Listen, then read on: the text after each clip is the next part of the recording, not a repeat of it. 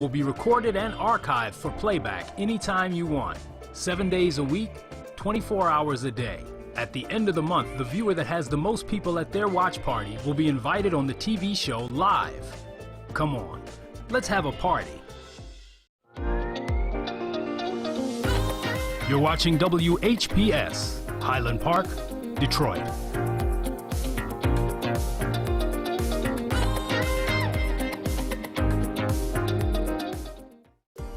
The views and opinions expressed on the following show are not necessarily the views and opinions of WHPS, its affiliates, management, or sponsors.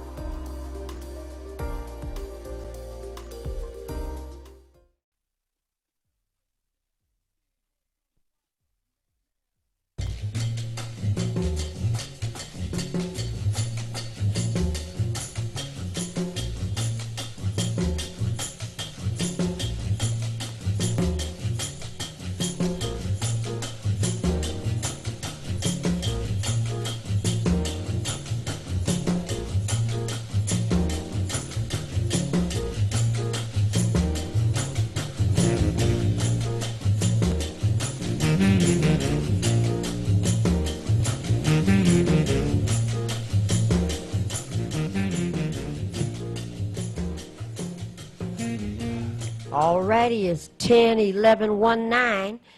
This is October the 11th. It's Friday. It's straight up 7 p.m.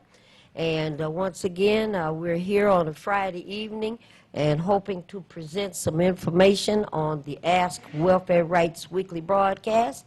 My name is Maureen Taylor. I work with Michigan Welfare Rights, and I'm here with my colleague Marion Kramer, the national chairperson of the Welfare Rights Union, who's going to give you an official welcome for this evening. So, Marion, say hello. Hello, and again, we're happy to be here. Look like the temperature is kind of dropping out there, but we're in a place that's feeling good. And remember that you tune in to WHPR, and we want you to participate. And the three numbers, if you don't be like me, I forget the numbers once I leave here. I have to look at my book. The numbers are 313-868-0342, 313-868-0351, and 313-868-4336. And we hope that you would, put your finger to doing the walking and dial one of those numbers and begin to participate tonight, because there's a lot of things going on around us. The website is www.tv33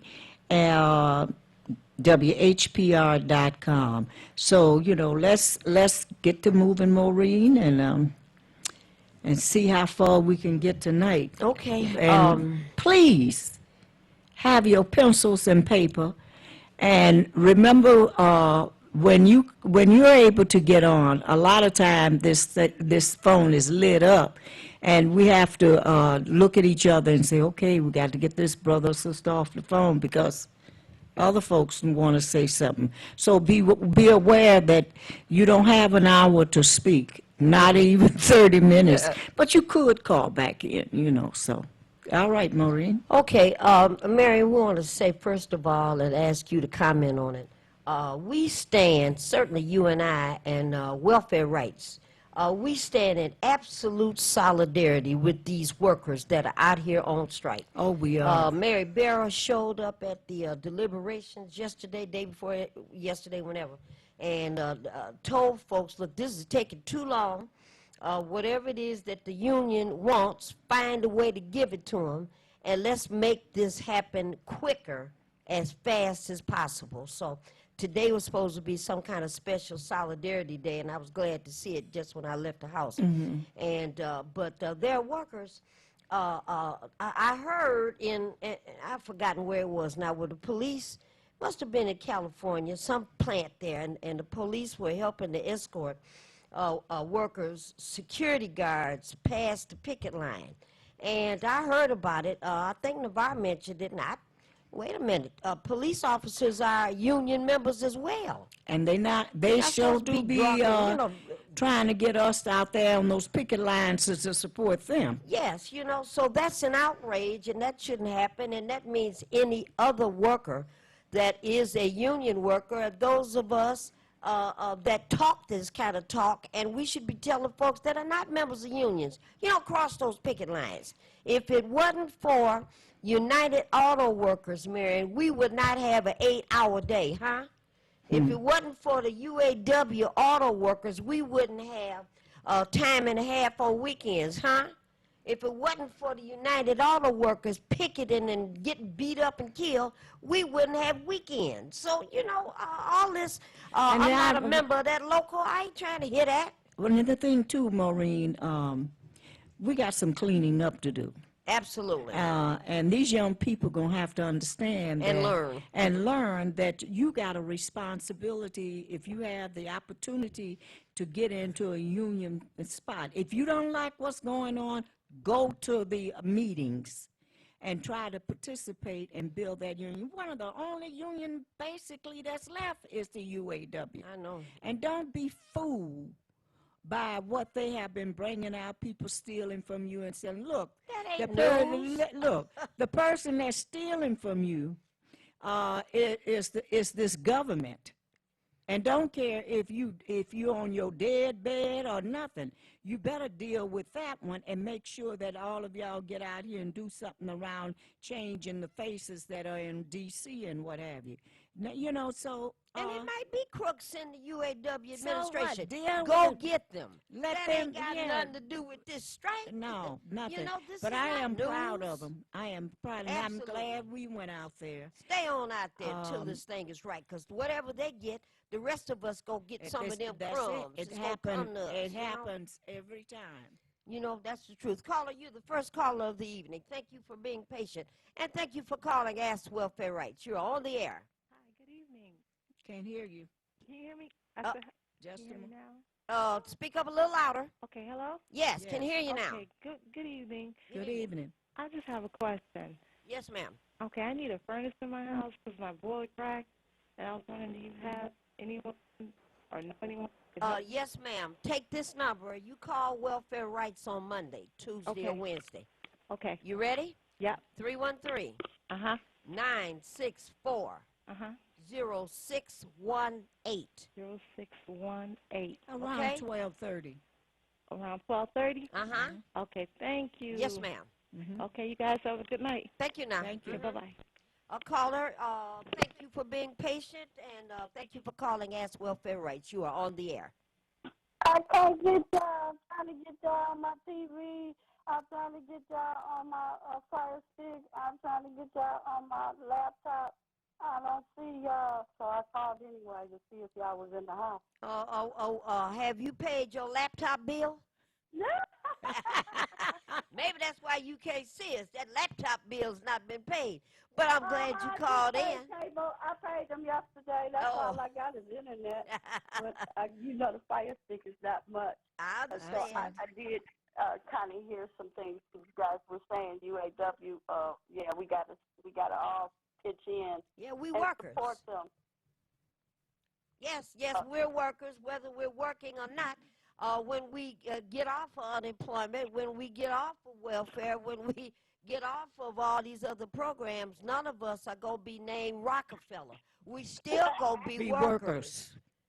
Yeah, and, this is very important. And I think Marion and I both, we're disturbed when people are talking about, well, that don't have nothing to do with me. I'm a Oh, my security guard. It God. does have something to do with you. It was through the unions that you got some benefits. You know? And if That's you right. don't have none, it's because you ain't fought to get a union. You see? You know what? I think the ignorance comes from people not knowing what time it is, not knowing their history. Yep. Just don't know nothing. And All don't y'all know look to to do is know go for nothing. yourself. You're so individual. You're not looking out for nobody else but yourself, and that keeps you in this little bitty circle where you know nothing. You know what, caller? You may have just given me an idea. I hadn't thought about it before, but maybe at my school, because we got a lot of kids that are always looking for electives and whatnot. Maybe we can offer maybe in the wintertime, a union class. That's good. The, And the class about the that's- history of how did unions the for these unions kids. come about? Yeah, I ain't thought of Yeah. that. So maybe you just gave me a good idea. I'll pitch it Well, to you them. want for the old heads too, 'cause they act like they don't know nothing either. Hey, hello. Hello. Hello. You know, each Yeah. year, we have had the opportunity to participate with the black men in unions. And each year you find out that these young workers haven't had the opportunity, like they should, to even learn about their unions like they need to know. Everybody in that shop need to know the contract, need to study the contract. If you're not doing that, get you a little group together and do that. And study that. General used to come home, and he made sure that he had all those contract books, made sure that I knew where they were and what have you, where you could, it's an education. If you have a problem, like with your job or what have you, and your shop steward is not doing right, you got some rights against all that, and could end up getting back pay that you might be owed and everything. And If you know what's in the it's contract. Yeah. If you know what's in the contract and you got that little contract book with you. So it's an education, Yeah, it is. and it's a weapon to be used for the benefits of the workers. Well, Carla, let me tell you this one last thing. I know that you take classes at WC3. Now, I'm not able to give you any specific information today, but in about 2-3 weeks, Marion and I are going to be on the air and talking about a celebration of the United Nations. It'll be 5 years since we brought them here. And we'll be talking about that in the next couple of weeks, and maybe you will accept an invitation. Forum we had. Yes, Mhm. I remember it well. I enjoyed that. I met people from all over the place. Yeah. From everywhere. Yeah, I tell you a lot of stuff. And we're not finished yet. We got a few more years to go, okay? That was a good one. All Well, right, I Carla. got some information if y'all want to take it down. Go right ahead. Marion, you got your information? Reduce your 2019 property tax bill for October the 9th, November the 13th, every second Wednesday of the month. You can bring proof of your home ownership, your deed, land contracts, settlements, and a whole bunch of stuff. So save the date to save your 2019 property taxes. Applications are due no later than December the 9th, 2019. I'm trying to see where the phone number is. Here's the contact number. Jefferson East, 313-331. Wait a minute. Hold on. Just write down the number. Right on the back page. Yeah, that's a good. Yeah, reduce your 2019 property tax bill. Okay, now what's that number? 331?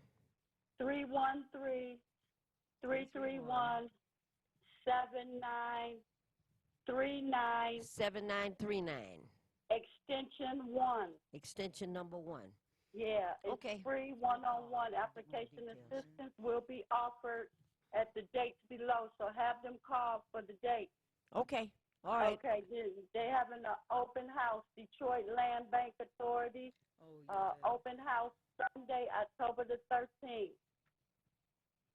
That's 1 to 5, and that's invest in yourself, and the bidding starts at 1,000. You know, that Detroit Land Bank, what we should do is all the people on the west side should get a brick and then go to that meeting on the 13th and go early and throw a brick. And then that's for the first hour. And then all the people on the east side should get a brick, and they should come and throw a brick at the land bank during the second hour, because you know, the land bank was supposed to be something that was going to help the residents, and right now, unless you have $1,000, you know, you can't do it. $10,000. It's going to be Saturday and Sunday from 1 to 5, and that's at the different districts, like District 2, 4, 5, District 1 and 2. District And offices, what are they supposed to do? What are they Well, supposed to do? It says bidding starts, but You gonna I'm bid trying for to see where the houses. phone number is.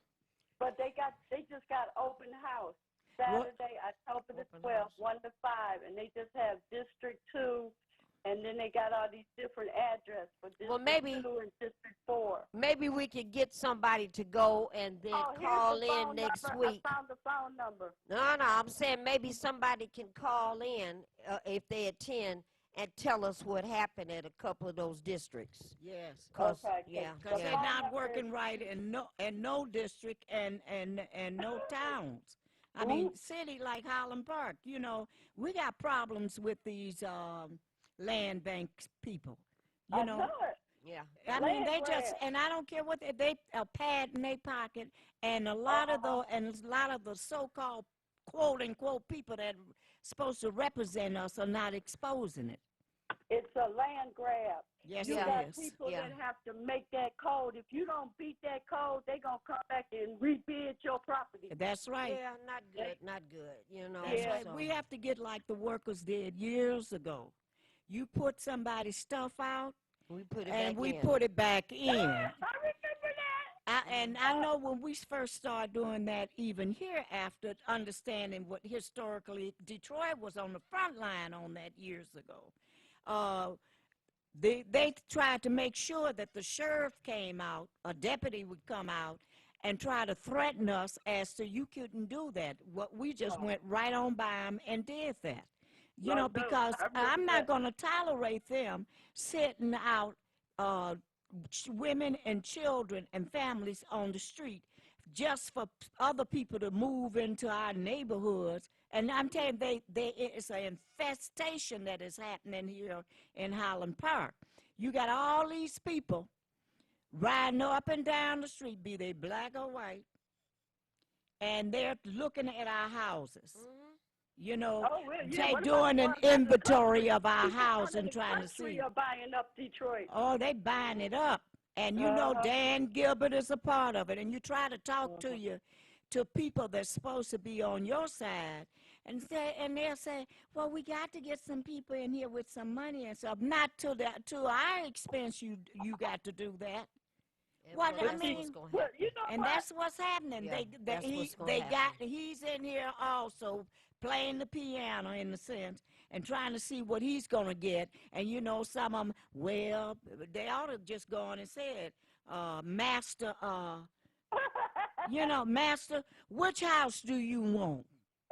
And that's just But what you it know is. And that's what it Yeah, boils that's what down it is to right be. now, you know. But not only that, listen to this. They think just because people got money that they gonna support and help you. You They be the got first money, one but they guess throw why out. they got money? It's because they don't spend their money. They spending your money. They getting pennies on the dollar. You paying and they playing. You getting played and they getting paid. That's why they got the money.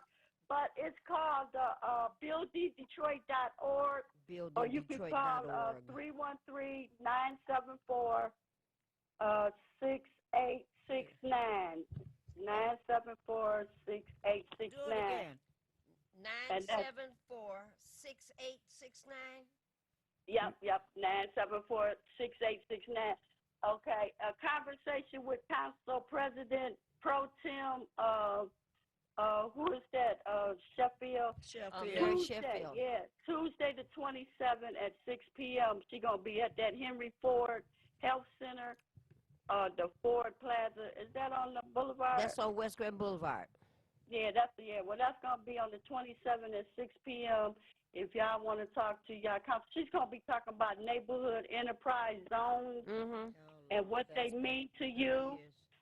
If Yep. your neighborhood is interested in the NEZ zone, we want to hear from you. We better find out what all these zonings are because they might be zoning us right on out. And you know, there's Somebody- no question of the districts, Marita. To me, that's a joke.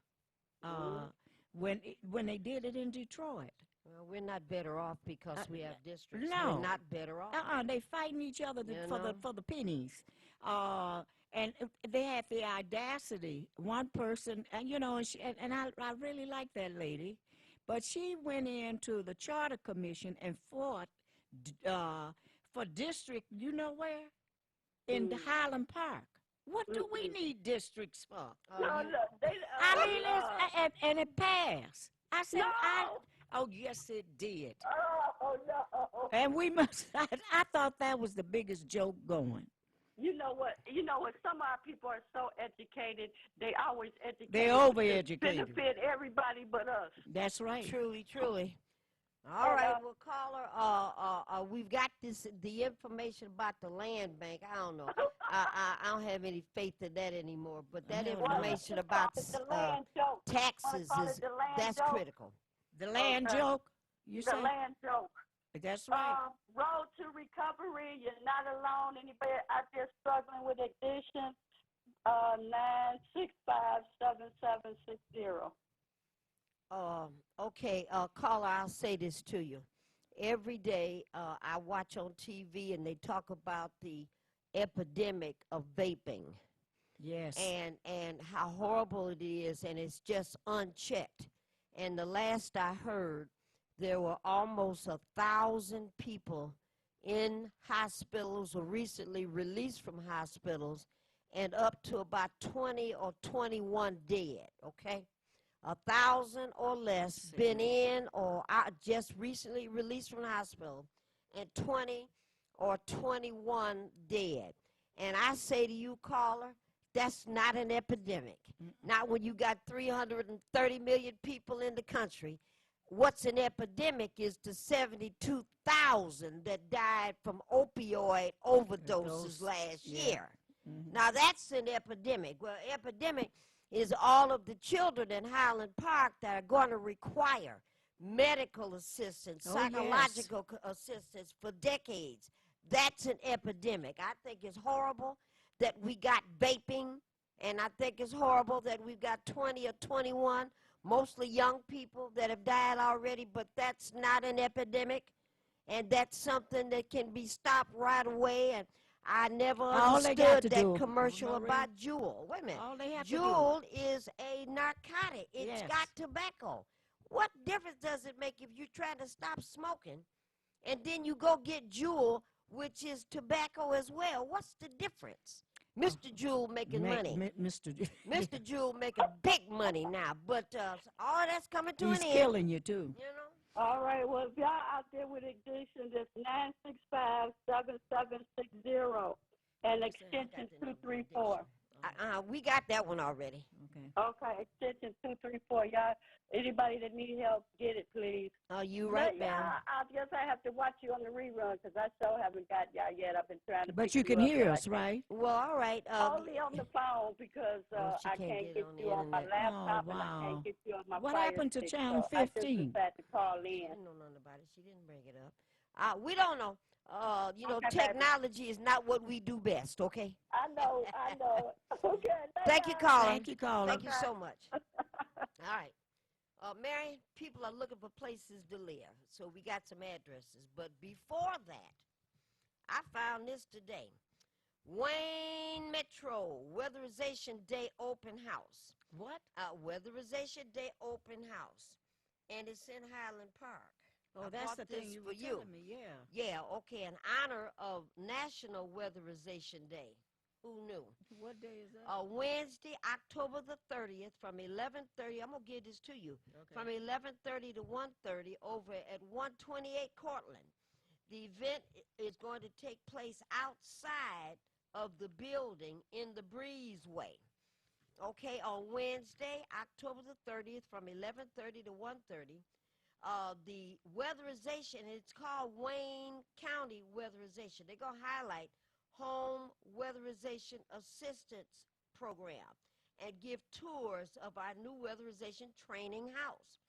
The training house will showcase examples of the cost-effective, energy-efficient measures that WAP, the Weatherization Assistance Program, offers to income-eligible homeowners and renters in Wayne County. Join us for a brief presentation and light refreshments as we recognize this weatherization program, and it's important to our community. Here's a link to check on, but the event is October the 30th. Now, you remember, Mary, I worked for home weatherization 30 years ago, and that's when we had, Lord William, Mr. Warren, Bill Warren, down at the city of Detroit, and the boss was Mr. Brown, and all of those. Mr. Brown. This is, I've forgotten what his first name is. He passed on a long time ago. Okay. But Mr. Brown, and then the assistant in the weatherization was Mr. Bill Warren. But I got hired through the most effective social worker I had ever met, and that was Miss Juanita McGill. You remember Miss McGill? I remember Miss McGill. And Miss McGill hired me, William Eddy. We had a bunch of us that were over there. Willie Bosan. It was a team of us that worked with home weatherization for a number of years and measuring windows and getting up under them houses and looking at them crawl spaces and all of that. And weatherization went away for a while. Wait a minute, I remember calling you, and especially for our seniors and what have you, and you were Johnny on the spot. Yeah, go there, put them great, big, beautiful aluminum double-frame windows up on your house. That's I right. put them up there in a minute, then get that attic insulation blown up in your roof. Boy, I was all over the place, and that is the best memory. That is when I was assigned to go, and we would get like 2 blocks squares. You had to go 2 blocks this way, 2 blocks east, 2 blocks north, and you had to do all of the houses in that area. And Marion, if you recall, I almost lost my mind. And when I was over there on the east side and doing homes around Kercheval and Mack, and go into those seniors' homes on the outside, they look a little tough. But when you go inside, they were beautiful. And what is that you cooking in here? And that's when I fell in love again with them doggone tea cakes. You remember them tea cakes? I lost my mind. Wait a minute. We still putting a call out to anybody. Don't nobody know how to make them no more. If you can make some tea cakes. Oh, my God. Those seniors, those elder women were making them tea cakes. And those collard greens in the house. And I would tell them, look, I'm going to get some aluminum double-hung windows in every window in this house. And I'm going to get this insulation blown up in the attic. But I'm only going to do it if you fix me about 3 or 4 of them tea cakes, and I'm going to need some collard greens on the side. I lost my mind over there trying to eat that food. And then the other thing was, and I had never heard of this, ambrosia. You remember that? I love ambrosia. Man, only seniors on the east side knew how to make ambrosia. Oh, Lord, my mother-in-law and my sister-in-law, well, my mother-in-law has passed away, but that family, General's mama, they knew how to make ambrosia. And then you and I never heard of Dr. ambrosia. King, if you ever hear us out here, tell that story. We went to Oscar King. Yeah, the first. It was the first time he spoke as their minister. Yeah, he was inaugurated into their church. Yeah, on Northwest. What's the name of it? Northwest. I don't forget the name of the church. Northwest Baptist. Something like that. Yeah. And it was packed. The church was packed. And once they said the prayer and released us to go down, go downstairs. For Maureen and I, we could move pretty fast then. We got downstairs, and the first thing our eyes went on was the ambrosia. Well, I didn't know what it was, remember? I knew. And you said you don't know what that is. You got to taste that. What's that, Marion? Ambrosia. What's that? Oh, you Lord. mean from the east side? Yeah. That's the second time I saw it. And the lady said, y'all put all that food back, because other people also were eating. Put it back, because the minister has to come down and bless the table. Maureen and I sit down with our ambrosia and hugged it. Yeah. And we'll wait till he come down here. We won't eat it yet. Although we have eaten some of it. And Dr. King came down, blessed the food. We said, well, we guess we made some of your people mad at us, because we wasn't going to give up our ambrosia. It was so good, and that was the second experience I had with that. Oh, that stuff after I left good. the east side, I couldn't find anybody else that knew how to make ambrosia. You need to learn how to make it. No, you have to know how to do that, and all I could do is work at it. You know, you remember, even at this station, we offered people money, remember? Yeah, We for tea offered cakes. people money for tea cakes, and all these people, my Aunt Sally and my Uncle Jimmy and all these other people, they know how to make that stuff, but we never met Aunt Sally or Uncle Jimmy. None of them ever showed up.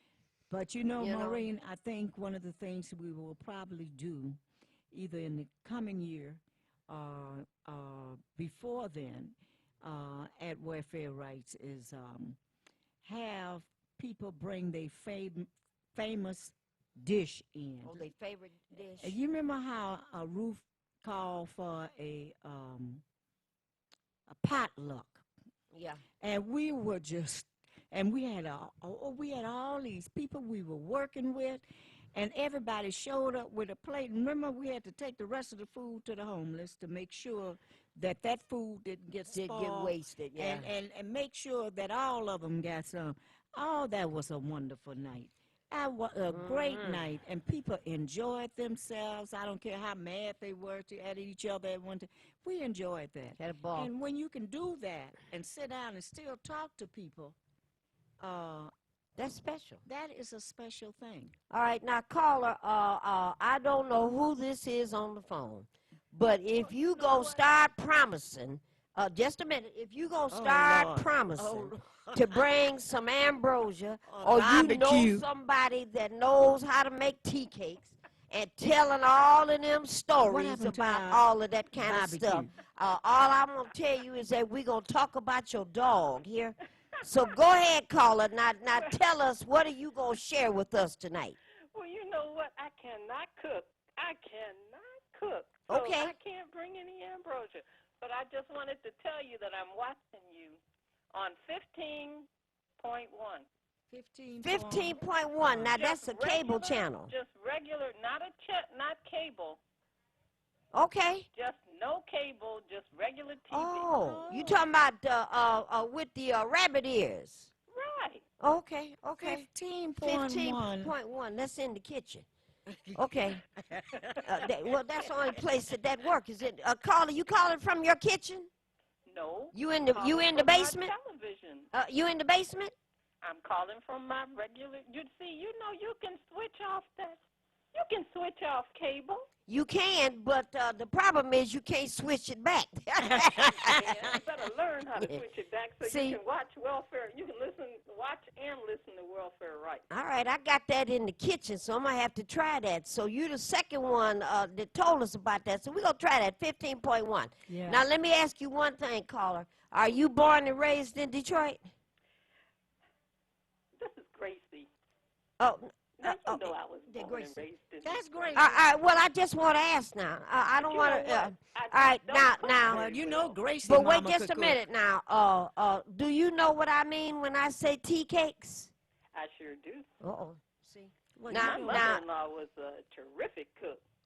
Well, we can't find any of those people anymore, okay? And we like to try to take this trip down memory lane. We got a guy that's been bringing us barbecue down here for about 5 or 6 years. He ain't made it yet. He ain't made it yet. Yeah, we got a lot of folks. We got a fella that every year he swear he gonna bring us some collard greens. Remember that? And that And man can make some collard greens. Yeah, and we ain't seen him yet, So, Miss Gracie, we're just happy to hear your voice. But thank you for admitting that you cannot cook, so we don't even have to Gracie ask said you. she couldn't I cook. cannot cook at all. That's what she said. She don't cook no more. All right. I know what you mean, Gracie. Hey, I never could. I never could cook that well. My children learned how to cook. After they they could have a found out decent that you meal. didn't know how, huh? That's right. Oh, Gracie. Well, Miss Gracie, you got any news to report to us this evening? Yes. No, I don't have any news. Oh, she What was is just your next enthused. meeting?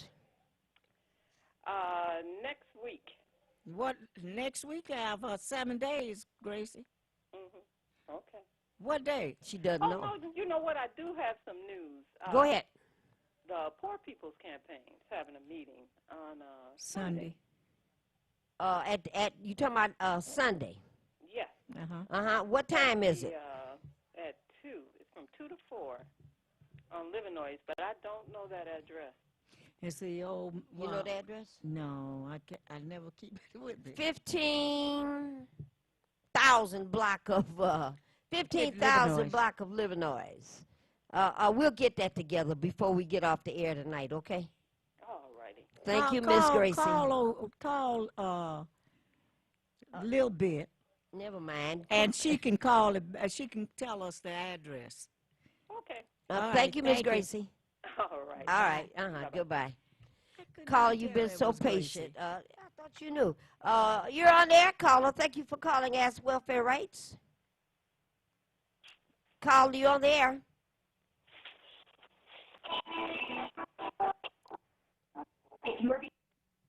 No, we can't hear you. Mm-mm. You think that's the barbecue man? Well, we've been waiting on that. Morris been on his way to bring some collard greens. And And yeah, haven't we seen Morris. well, he's probably at home eating He them had collard collard greens that he green. been making for us for the last 5 or 6 years. Yeah. Gonna fix them. We and were then gonna sit give right Junior there and eat some of some, them. But Yeah. all of that food. But all right, okay. So let me go ahead, and we got these houses, and people are always in some trouble looking for a place.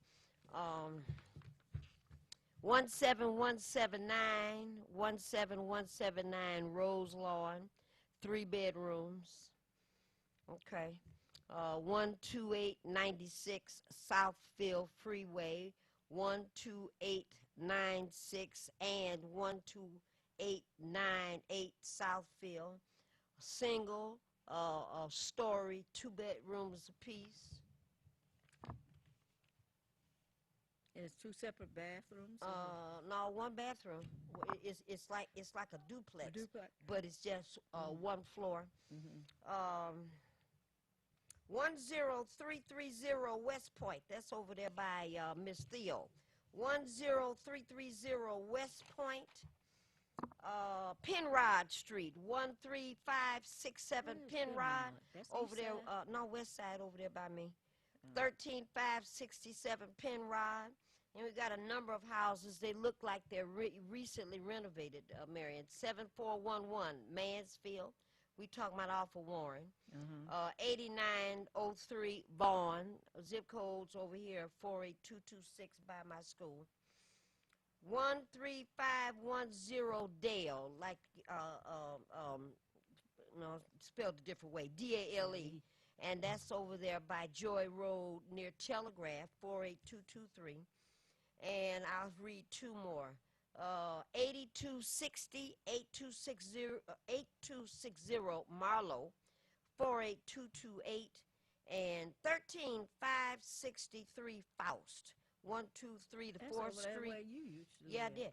13563 Faust, 123 4th Street's past Southfield. Zip is 48223. All of these houses are between $625 a month up to $750.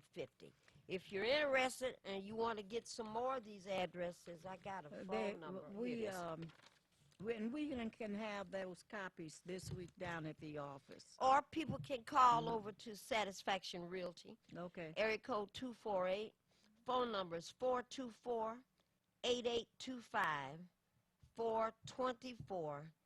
424-8825. So folks looking for places to rent 2 and 3 bedrooms, call Satisfaction Realty. Caller, you've been very patient. You're on the air. Well, thank you. I just finished talking to one of the owners of Satisfaction Realty. But Okay. I wanted to tell you I enjoyed the meeting that I attended at Welfare Rights Office. Okay. Which Okay. meeting was that? Which meeting? This is Theo Burton, the Oh, one that Theo. you just had. the other Oh, day. we enjoyed you. I'm glad you're becoming a part of the Absolutely. of the FAS TC Task Force. senior task force. Mm-hmm. Because you can't keep up with them. All right.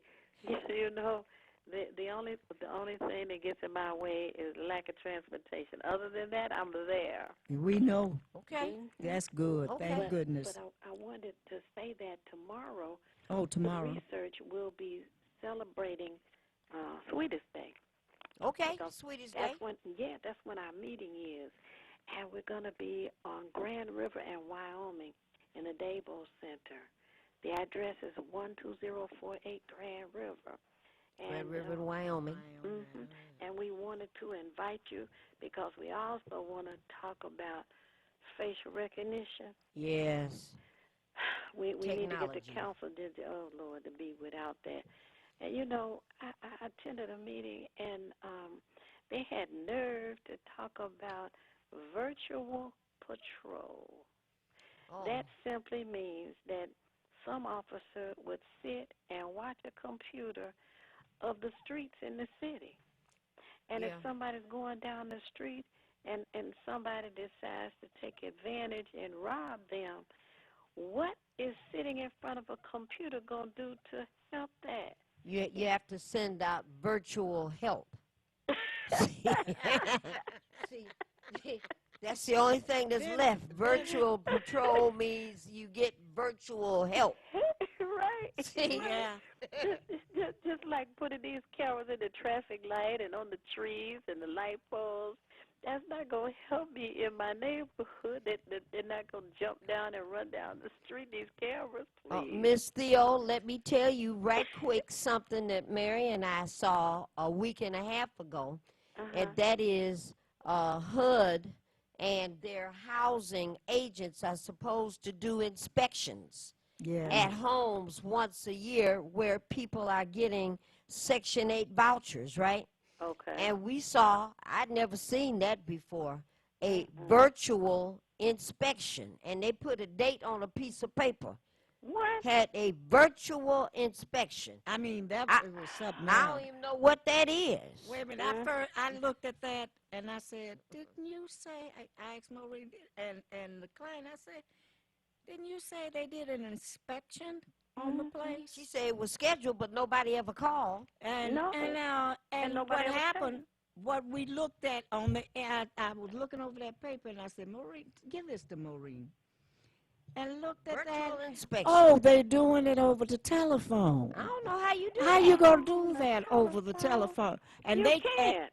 You cannot. And see, the thing is, the judge and all of them have been used to getting their ways and overlooking all that stuff. Oh, Lord. Mishta is always, I thought they were going to run through that hearing too. They weren't able to. They needed to go back and be re-educated. We need court watchers. We need court watchers. We We're gonna, going to be at Dable tomorrow from 2 to 6. And anybody tuned in who wants to participate as a court watcher, they need to be there. That's ridiculous. I tell you, Miss Theo, thank you once again. 2 to 6 at Dable. We talking Grand River and Wyoming. And happy Sweetest Day. That's right. And thank you, my dear. Peace. Thank you. All right. Call you on the air. You've been very patient. All right. It sounds like the buzzer man.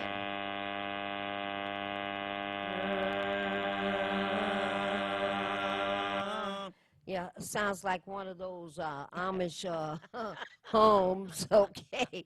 So we'll have to figure out what is going on with that line, you know. But I remember those homes and those chants and whatnot. So, yeah, we can make lemonade out of lemons. We hear that, we'll just start humming with it, you know. If So, they bring us some tea cakes, we can do more. Our people promising to bring food down here, or maybe we better start checking RJ.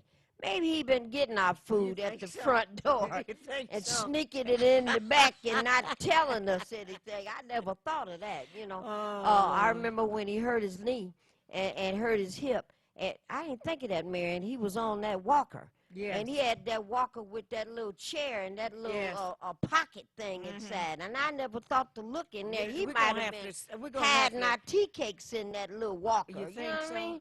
What about RJ? That's what I'm saying. I had to check with RJ and they like, move out, move away. Let me look inside that walker. RJ you know what you're doing. Maureen.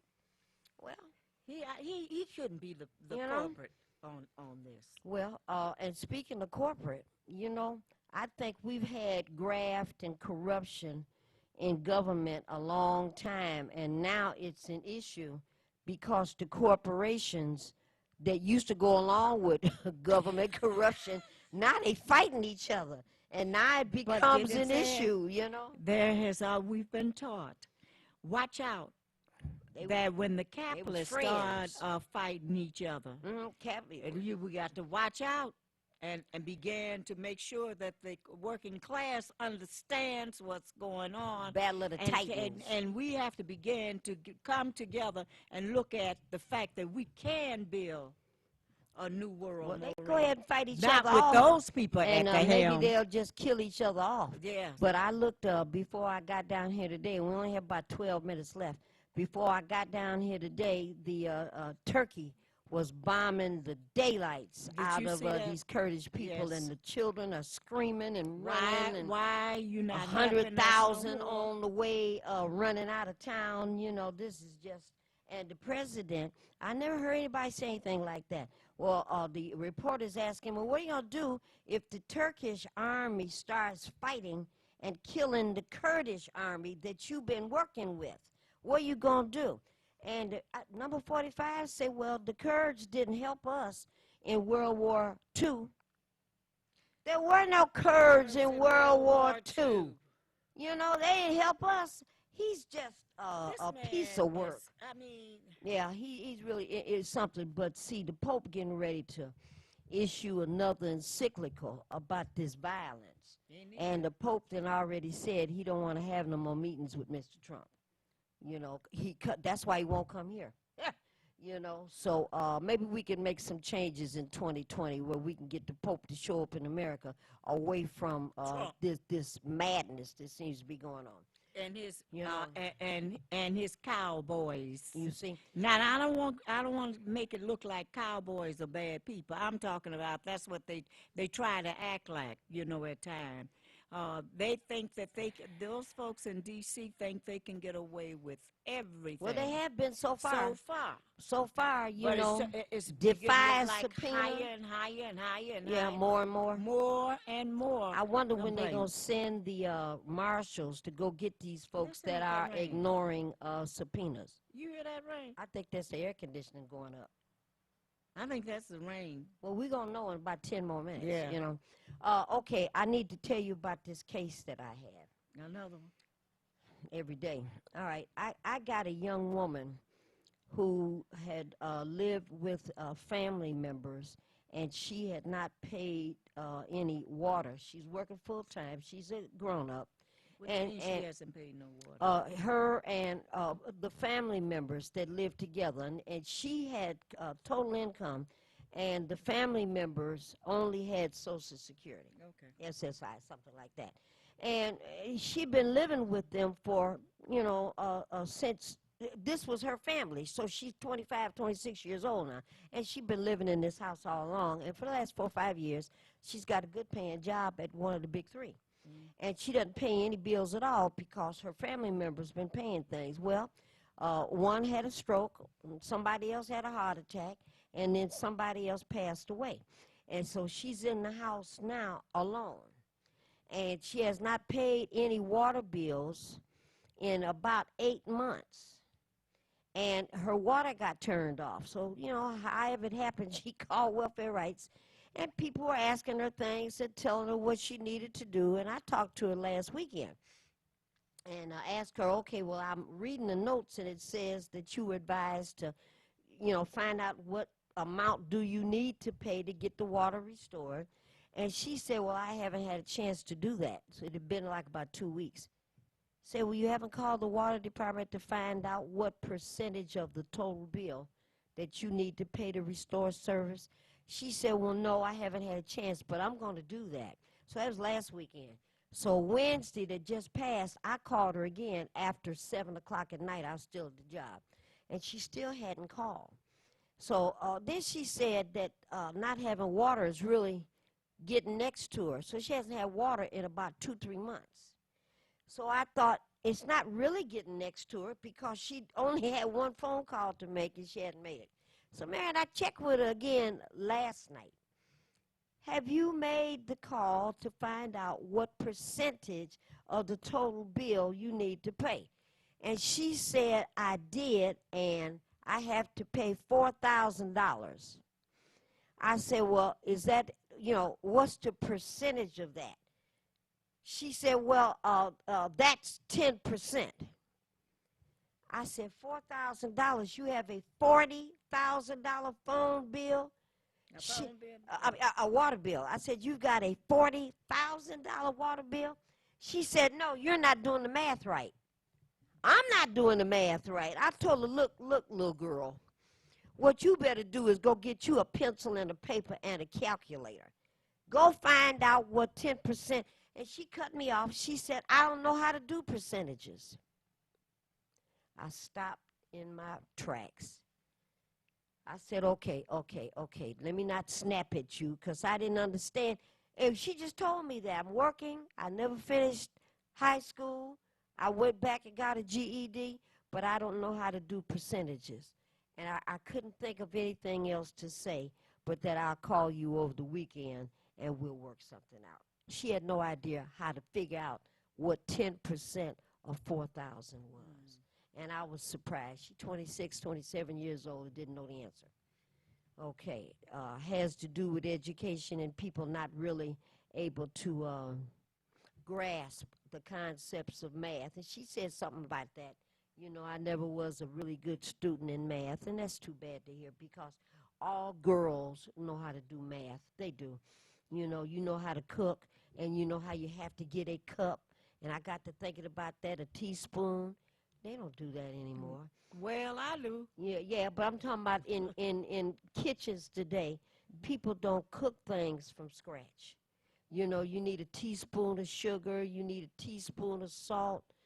Nobody does that anymore. I wonder if there's anybody that still makes cakes from scratch. Well, where you even, can buy Betty Crocker mixes and just put the stuff in there. Wait a minute. Even if you buy Betty Crocker or any of those cakes, you still have to measure the stuff and put it in a. You know, even if you have to make cupcakes, the same thing. You have to measure it because it tells you right there on the box how much it's got to go in there. And, you know, once you learn, you got it and gone. Well, are parents still making cupcakes?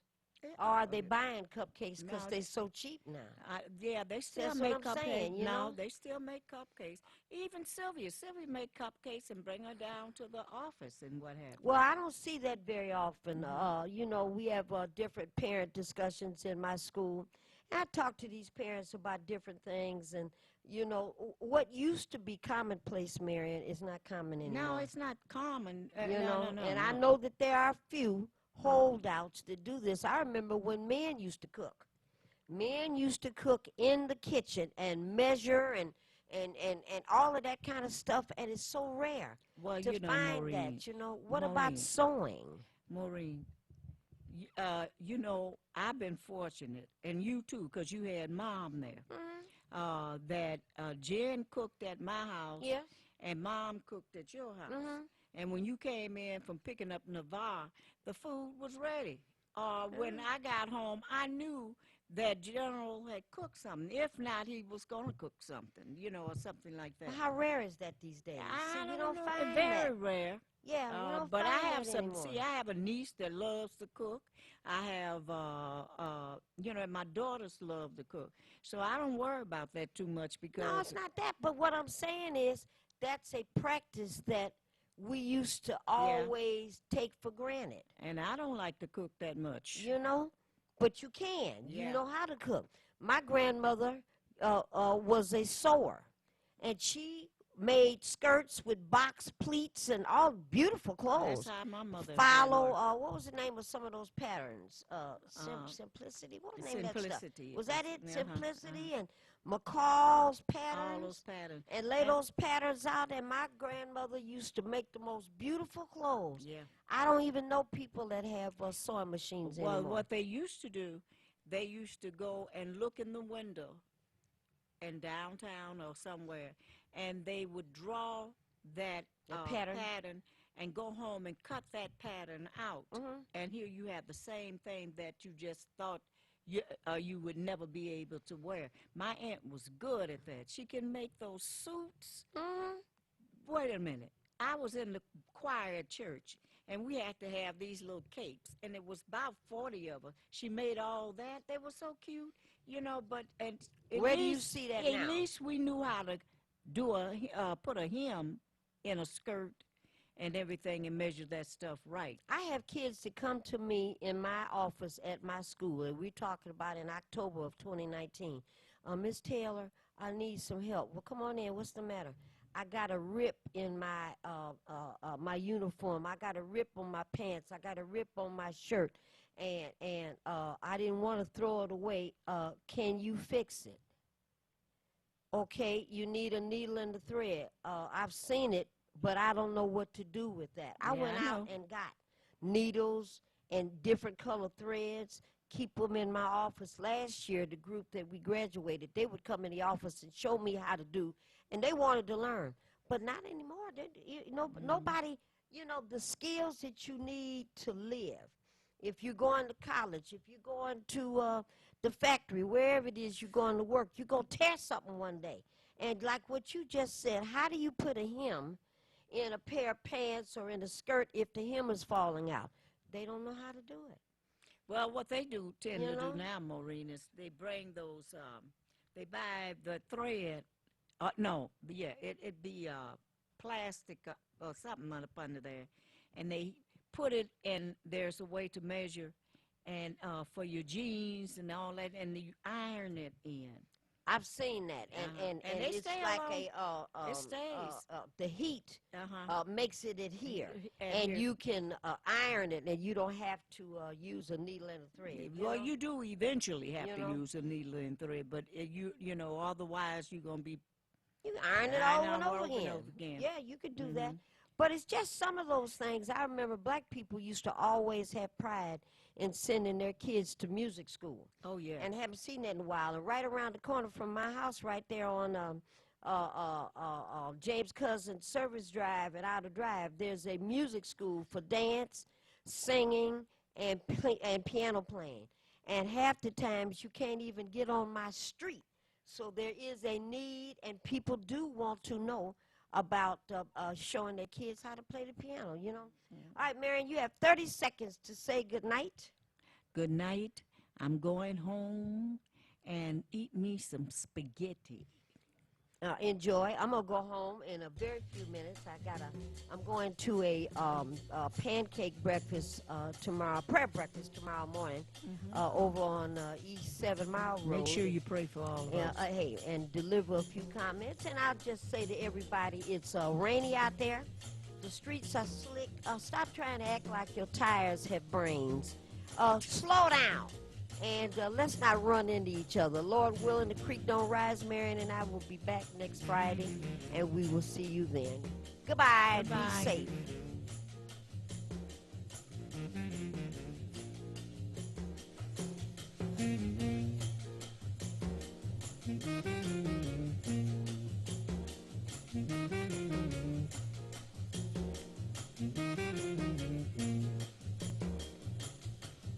To our office at 400 Monroe in downtown Detroit on the 5th floor. Call 313-224-5990 during our normal business hours from 8 a.m. to 4:30 p.m. and until 6:30 p.m. on Wednesdays. Or email textinfo@waynecounty.com for assistance. Take the first step. Contact our office today.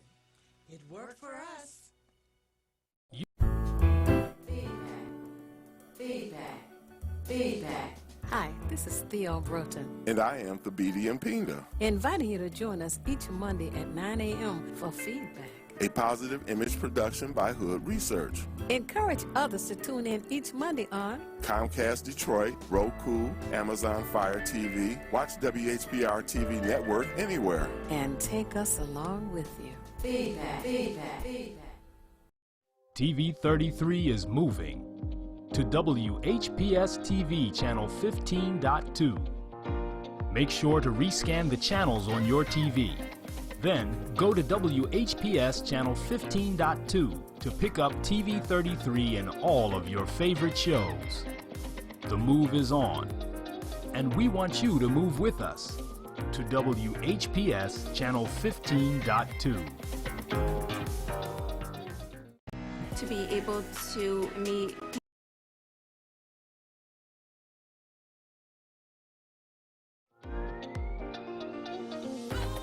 You're watching WHPS, Highland Park, Detroit.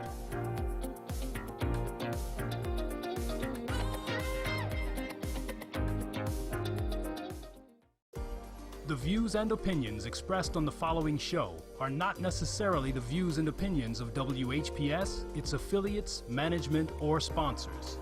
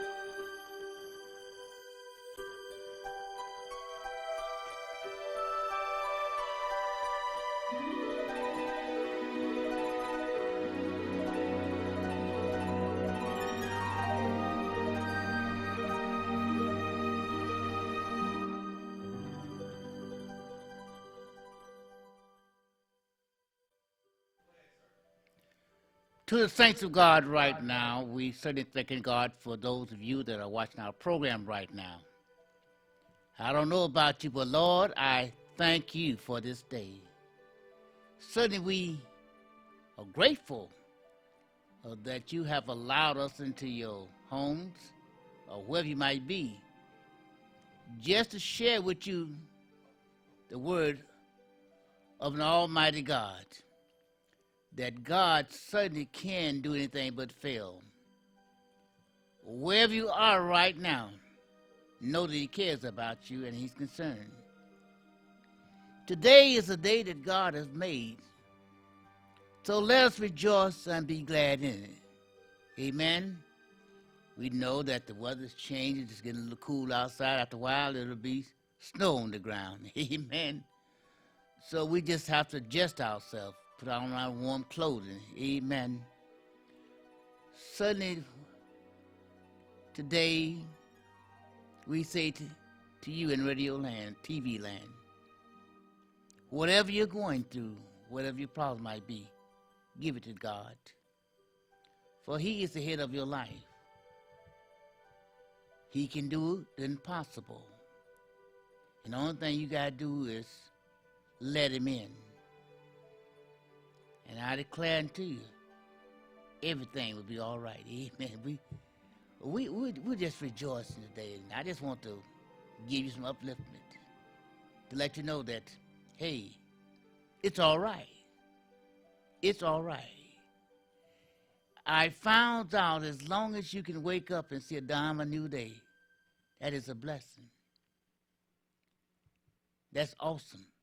Because we know today that someone laid down last night and they didn't wake up to see this beautiful, blessed day. But you did.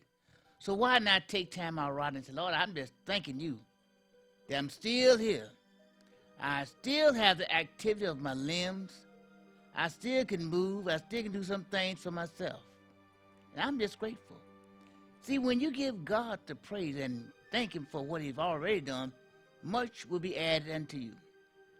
Praise God. I was rushing this morning, didn't even bring my glasses with me. Praise God.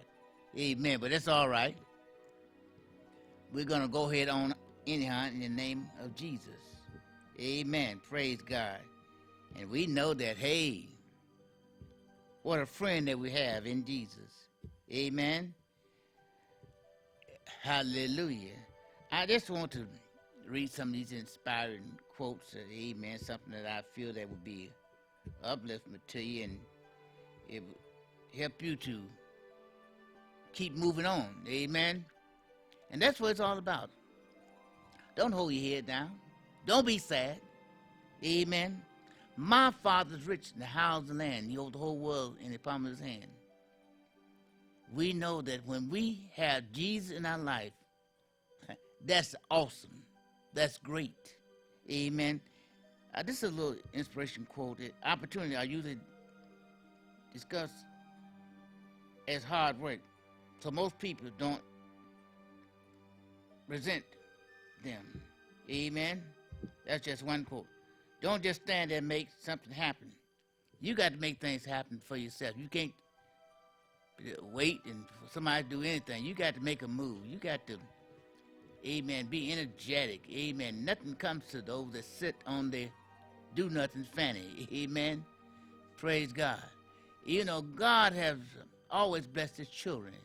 Amen. I thank God this morning I have my cup of coffee, so you got your coffee. We're going to sit back and have our coffee and keep ourselves warm. Amen. And energetic. Amen. Praise God. Hallelujah. God told Moses to go down to Egypt land and tell Pharaoh, let my peoples go. Moses was obedient. Moses did exactly that. But Pharaoh was not hearing what Moses was telling him. Pharaoh had his own agenda. I am the man. I'm in charge here, so don't tell me what no one sent you to do anything. And Moses was kind of, you know, he was kind of trembling a little bit, but the Lord was with him. And God had to reassure him that everything going to be all right. Moses had a staff in his hand, and the Lord told him to throw it down, and it turned to a serpent. He said, now pick it up. Now I said, go down in Egypt land, tell Pharaoh, I said, let my peoples go. Moses was energetic then when God had showed him the power that he had. And you are watching this program right now. God will bless you. God will bless you to do certain things for yourself.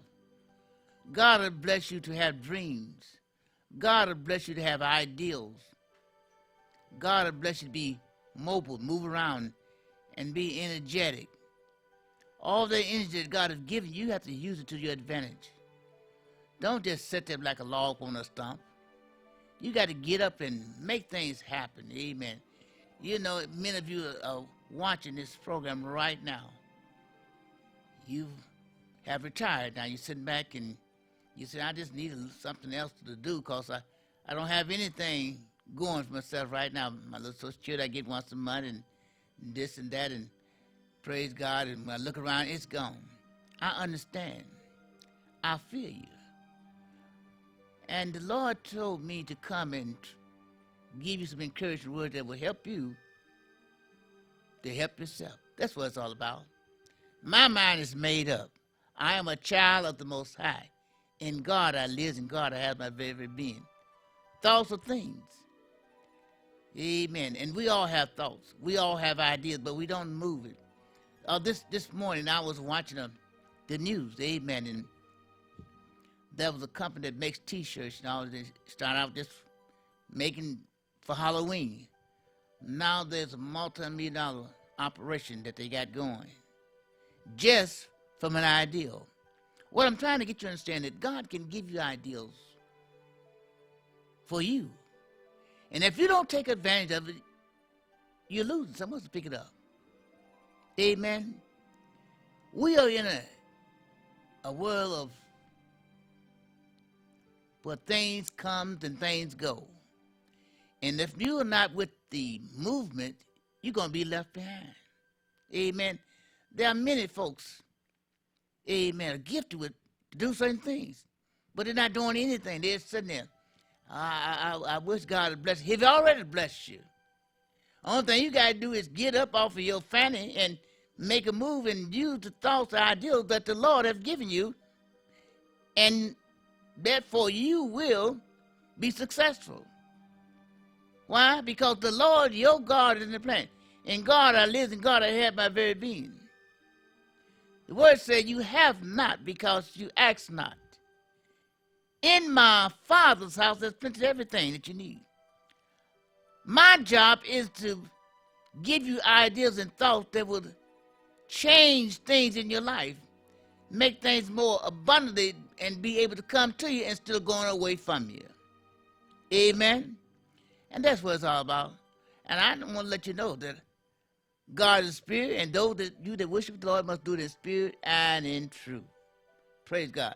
Listen, I want you to get a pen and paper at hand, because a little later on the screen you're going to see my mailing address. Praise God. And I want you to write it down. It's important. It's very important. God's in a blessing business. I don't know what you're in need of, but I know he got 10,000 blessings in one hand alone. Amen. And I just want to let you know that I am a spiritual minister, and I believe in the blessing of God. For the blessing of God is right. Amen. Whatever you see in your surrounding, however, God had something to do with it. Because he gave someone an idea or thought, and they put it in mass production. Sometimes they be successful, sometimes they don't. But if they stick with it, praise God, they'll come out on top. Amen. And what about you right now? Don't you want to be on top instead of being on the bottom? God said, come to him, all you that's heavy laden. He will give you the rest and give you the desires of your heart. Amen. I didn't come to preach to you. I just want to talk to you and give you some facts. Amen. We're going to have poor people with us all as long as we live, because someone have negativity, their thoughts. Amen. They don't believe in the blessing of God. Amen. They don't believe that God can take the foolish things and confound the wise. But I know this one thing. What he's done for others, he can do for you. Let's stop for a moment. Let's stop for a moment. How many times you've had certain dreams or certain things that came to you? Instead of you taking heed to that, you sit back. Well, I don't know what it means. Then when you look around, you say, oh my God, God was trying to bless me. God was trying to help me. And here I am, sitting and wishing and not doing anything to receive it. It's just that simple. You got to get off of that what you've been sitting on all your life. Amen. Praise God. You got to be an energetic person. You got to say, my mind's made up. I'm gonna get something moving for me. Amen. I'm gonna have an idea or thought that's gonna be a blessing. Amen. And help others to move up the King's Highway. That's what it's all about. Moving up the King's Highway. Amen. And when you let God take control over you and over your thoughts and over your mind, you will receive an answer to the problem that you're having. It's just that simple. Amen. And see, I know dreams do come true. I know God can give you a vision. Hallelujah. I know that God can place a thought on your mind. I know God can bless you in a twinkle of an eye. But sometimes you got to forget about this and that and the problem, the trouble, the things you're going through, and say, I'm going to rely on the Spirit of God that dwells within me. My mind's made up. I'm on my way up. I'm not going to let nothing stop me. I'm not going to let nothing block me, because God is the answer to my problem. Now, if you realize that, and God's the answer to your problem, in the Word of God, we find that he blessed all of the saints of old. And he's blessing the saints of God are being blessed right now. You see, a lot of us, we have negativities. We have a blockage. We don't think that things can change. We don't think that God can come and touch you and say, sir, it's your time. It's your time. You don't know when, the day of the hour, when God will say, it's your time. Today is your day. Amen. So we got to wake up in our mind when we get out to bed and say, Lord, this is my day. Nothing's going to stop me. Nothing's going to block me, because everything I touch is going to work in my behalf. Realize that and say it in your mind. Amen. For thoughts of things, so is the man thinking, so is he. Amen. When you think that you can't, then you can't. Praise God. There is nothing that God can't do. And I know that I'm a child of the Most High, and my God dwells within. Praise God. Hallelujah. Oh, I thank God for the Holy Spirit today. I thank God for being real in my life. I thank God for speaking to my mind. I thank God for showing me things. Hallelujah. Praise God. Amen. Listen to me carefully. For as I was on my way this morning to do this broadcast, I was praying. I said, Lord, there are many of your children that are in need of your help. Their finance are not like it used to be. I realize that there's many people that's laid off because off the strike. Amen. But God is still on the throne. God is still blessed his children, and he can do it for you. But let us stop today. Let us say this. Lord, I'm ready to receive whatever you have in store for me. Lord, I'm ready to receive whatever you have in store for me. My mind is open and receptive, Lord. I'm ready to receive it. Nothing can hinder me. Nothing can stop me because I am a child of the Most High. And know that and believe it. Stand firm and fast on it. Because this is a day that God has made. Now listen. He can take you from beneath the bottom today and put you on top. He can fix it so you can loan and not borrow. God can put a smile on your face right now. So you got to know you are somebody. You're beautiful because you are a child of God. Amen. Praise God. Yeah, it's just a funny thing how our skin radiates that beautiful color. Amen. Chocolate, brown, light brown. Amen. Dark brown, whatever kind of color it is. Amen. Just look at yourself. Say, I'm beautiful. Praise God. If you don't think you're beautiful, who else going to think you're beautiful? Amen. Whatever God had anything to do with anything, he made it in divine order. Amen. He made it where it would shine, it would flourish, it would look, amen, with that ready looking and all that good stuff. Amen. Praise God. Amen. Hey, now this week, I thank those of you that wrote in on the past week for that special oil. Amen. But in the Word of God, there's a scripture for healing. There's a scripture for deliverance. There's a scripture that will console you when you are in a situation. But the Spirit of God told me as I was driving to do this broadcast this day, to have you read a special scripture. And reading this scripture, I'm going to rush back to you. It's going to be a financial blessing for you, those in need of God's help right now. And this is what I want you to do right now. I want you to sit down and write me a letter. It don't have to be no long, drawn-out letter. I'm not concerned about the dog is gone or you have a problem in your marriage status. I'm not concerned about that. Amen. We're just going to pray over that. Amen. Amen. Somebody might have having trouble with my children. We're going to pray over them. But I'm concerned about your finance today. Amen. When your finances now to part, that means you're in trouble. Praise God. And I want you to write me a special letter this week. And you can see the box number right there on the screen.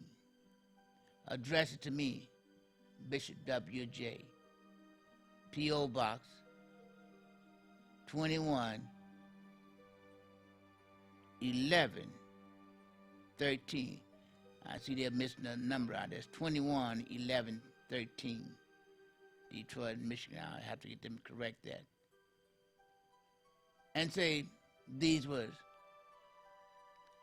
Lord, bless me. And I want to just pray over it, and I want to rush back to this special Bible verse. And through the power of an almighty God, something good is going to come your way. I'm talking about a financial deliverance. I'm talking about a breakthrough that's going to come directly to you.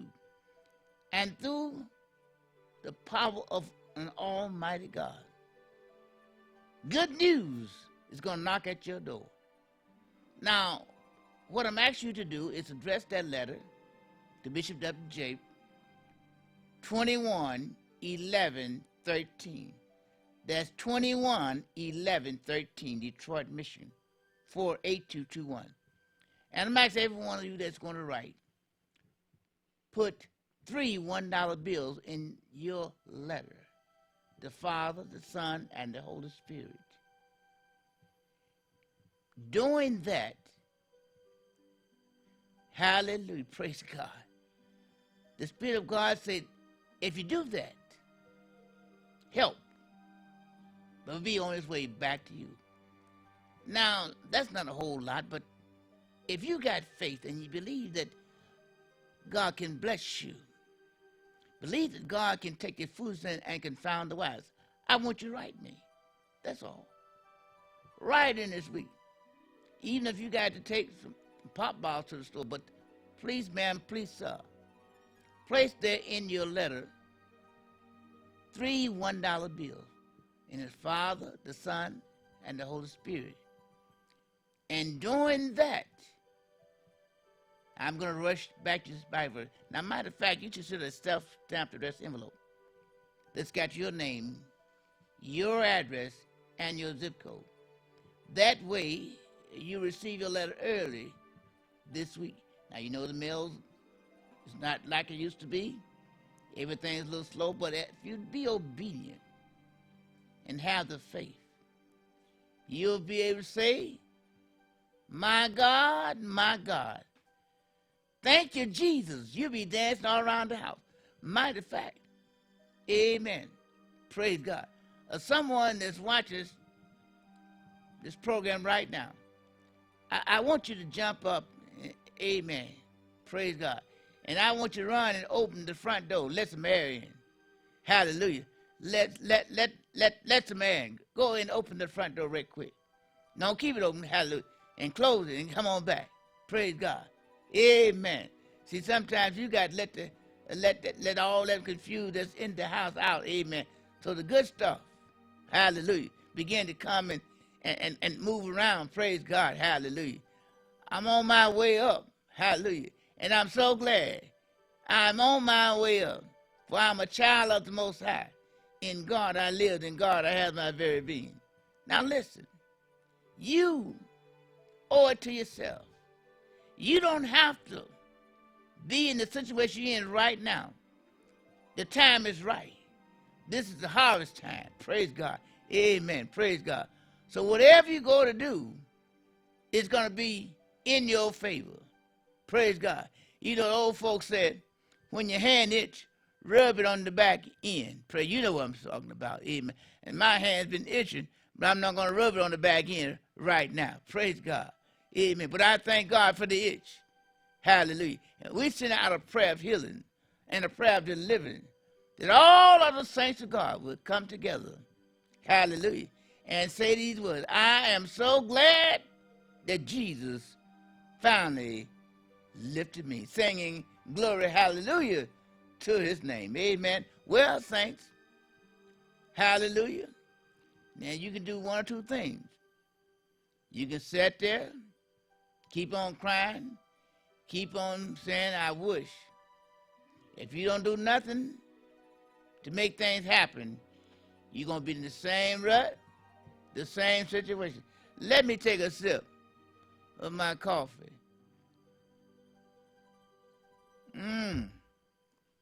It tastes awful good. Praise God. Amen. Hallelujah. I don't use no cream. I just use 2 little sugars. Hallelujah. And I just stir it up. And my God, listen, you right now, as time is moving on, and don't sit there. Don't sit there another second. Don't procrastinate. Don't do that. Make a move. Hallelujah. Hallelujah. This is your time. This is the day that the Lord has made. Wake up and get ready. Get ready. Get ready. Because a blessing from on high is coming your way. Can't nothing block it. Can't nothing stop it. This is not designed for everybody. But those of you that are spiritual minded, and you know what the Lord has did already in your life. You know the dream that you've had, how they've blessed you, how they've helped you. Today, this week, I urge you, don't sit back. Hallelujah. Reloosen yourself. Get a letter off to me today. Bishop W.J., P.O. Box 211113.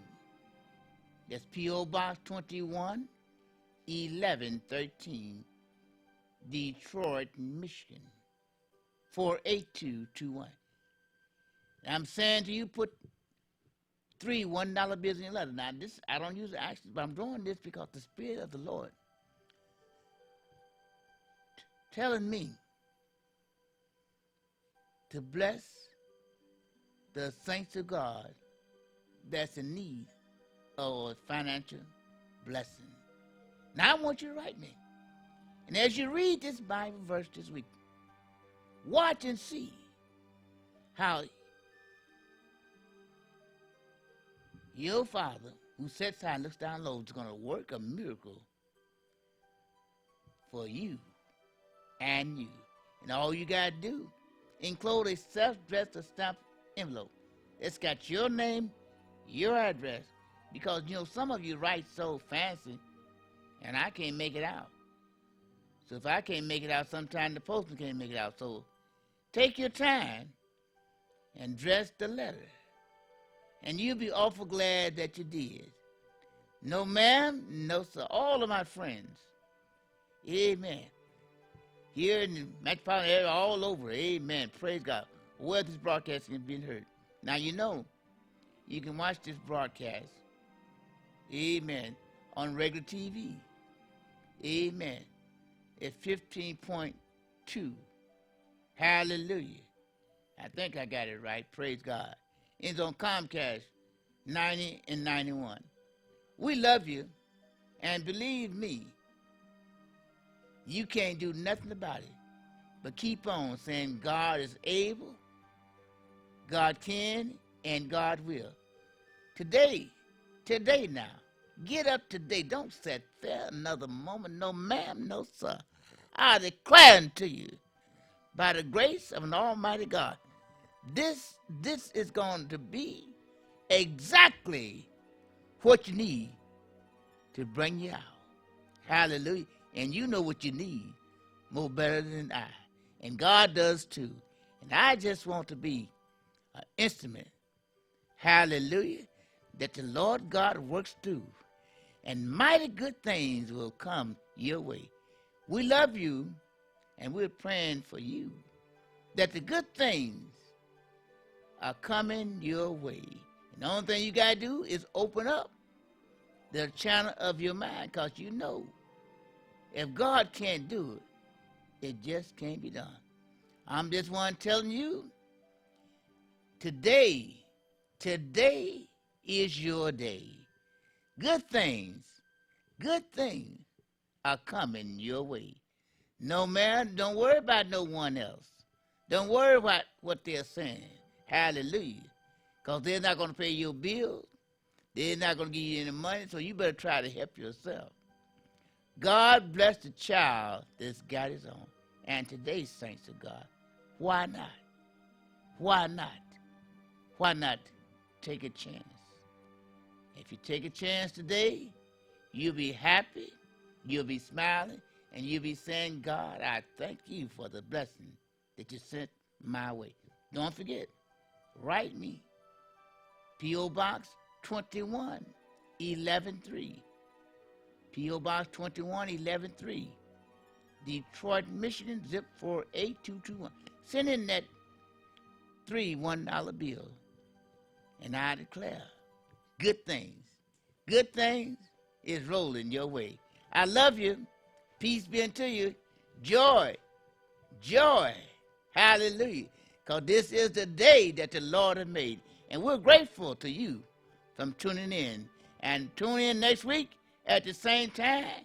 and we'll be telling you more about the goodness of God, how you can be blessed, helped, and delivered through an almighty God.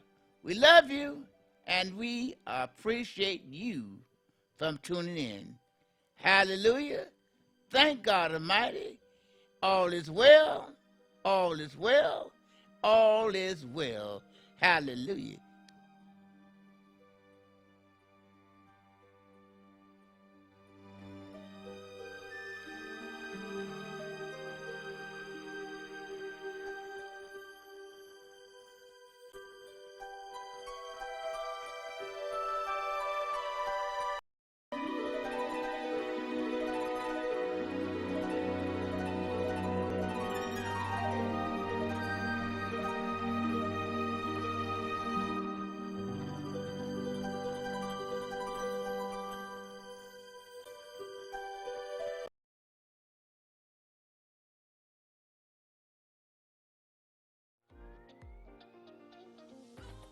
You're watching WHPS, Highland Park, Detroit.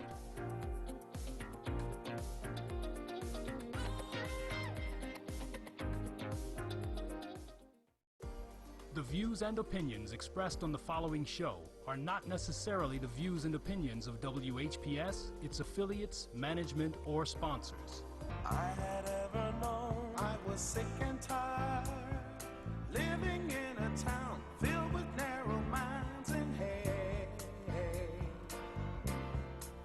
They used to laugh at me, their children called me names, I would run and hide, feeling so ashamed just for being born. I was just a boy, punished for a crime that was not mine. Life ain't so easy when you're Hello, hello, hello, and thank you so much for tuning in to A Spoonful of Comfort. I am Claudrine Jackson, your host for A Spoonful of Comfort, reminding you and me that we are not a part of the discomfort in the world, and we know there's a lot of discomfort going on. We are not a part of the discomfort in the world. We are part of the comfort. So thank you so much for tuning in. I'm honored for the privilege of your time. You know, I do a lot of things because of my son who is handicapped by autism, and we have the Purvis Jackson Autism Foundation, and I thank you, donors to the Purvis Jackson Foundation. People have donated anonymously by way of Facebook. So I don't know who you are, but I thank you, I appreciate you, and you are helping me help handicapped children. So I have a very special guest today, a very interesting person that I would love for you to meet. He is the author of the books that you see here, The Burwood Wall. And I have lived in Detroit many years, but reading his history about the Burwood Wall, I learned so much about Detroit. So his book is full of facts and information about obstacles that black people had to overcome to get where we are in the present day. The book is comprehensive and thorough and extremely interesting. I want to introduce you to Gerald Van Dusen. Thank you, Claudrine. I appreciate the opportunity to speak with you this morning. So would you tell us how you came about writing tell us about the Burwood Wall first. Sure. I learned of the Burwood Wall when I was 16 years old. This was back, I hate to say it, 1962. I was a high school student at U of D Jesuit High School on 7 Mile and Cherry Lawn. Actually, I was raised on the far west side. I grew up in the 6 Mile Telegraph area, but I commuted to high school at 7 Mile and Cherry Lawn, and during my sophomore year, one of my classmates and I were preparing for our quarterly exams, and he was really good in mathematics, and I was really good in languages, so I helped him with his Latin. He helped me, he helped with geometry. So after we studied for a while, we walked the neighborhood. He lived on Pinehurst, which was a couple of blocks from the wall. So we walked the neighborhood and we came across this rather tall, thick concrete wall. And I said, "What is this thing?" And he says, "Well, to initiate you into the neighborhood, what you have to do is what I had to do. Climb the wall and we'll walk it as far as you can." So we were about 8 Mile Road, and we started walking south to Norfolk, which was the first cross street.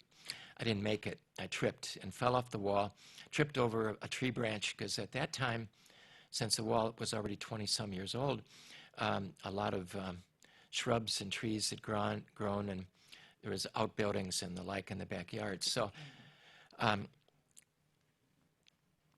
so when I picked myself up, dusted myself off, I said, "This is crazy. Why would anyone build a concrete wall when you could have put up a fence, a normal wire fence?" And he said, and I'll never forget the expression on his face, because his face kind of dropped. He said, and it's the only words I remember from the day at the time, "The wall was built to keep people like you away from people like me." And the issue of race had never really come up in our relationship before. We were just classmates struggling to get through Latin and geometry and history, etc. We were more concerned about what we were going to do over the weekend, and here we were suddenly confronted by this awful segregation wall in a moment of self-awareness that I had never, thought about in my life before. Well, I thank you so much for sharing with us that story and sharing with us the impact that the wall had on you. Can you tell us where the wall is located? Sure. If you travel down 8 Mile, heading in an easterly direction from, say, Southfield, if that's where you're coming from, you would continue on 8 Mile before you get to Wyoming. Before you get to Wyoming, you'll see a street called Burwood. And I would suggest you take the next block east, which is Griggs, and turn right and drive about 2 blocks. And there you'll see a park. And it's the Alfonso Wells Park. And I say go that way because you want to see the wall. Most of the wall is kind of buried in shrubbery and trees and backyards, but there's one large expanse of the wall at the Alfonso Wells Park, which is best approached at the park through Gregg Street. So you can certainly go to Burwood, but it'll dead end and you'll have to stop the car and get out and walk into the park that way. But either way, you'll see about 100 yards of the wall exposed with murals that were painted about 10 years ago, depicting civil rights history and the like. But the wall extends left and right, north and south, well beyond what you see there at the park. And according to Mr. Van Dusen's book, the wall was built in 1941 because there was a developer who wanted to build homes in the area, and he could not get a loan from the federal government because they were afraid of racial tensions. So his way of getting a loan from the federal government was to build that wall to separate black people from white people.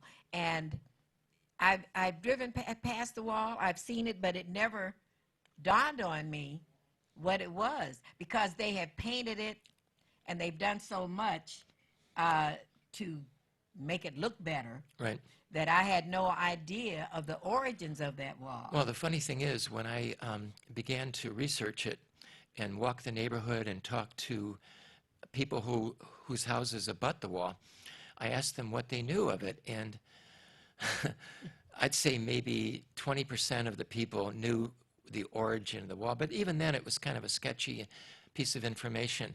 And I think if you look up the Burwood Wall on the internet, you'll learn the story of why it was constructed, but you won't learn about the community itself that was isolated from the prospective white community on the other side of the wall.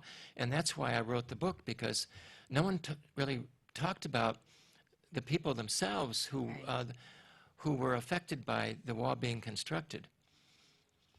So, in your book, which is so comprehensive and thorough, some of the things that really impressed me about the book, because the book is far more comprehensive than the wall. It's named the Birdwood Wall, and that was the focus, but there's so much more in the book other than about the Birdwood Wall.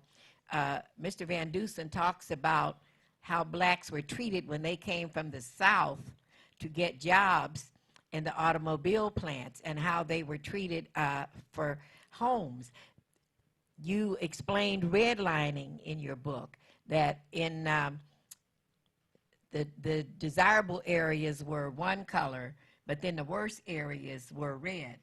And then that's how redlining, Exactly. the term redlining came about. The term redlining didn't really appear until probably the 1960s, around the time of open housing. But redlining, in effect, took place beginning in the 40s. But really, if you want to understand the whole history of segregation, you have to go back to the beginning of the Great Migration.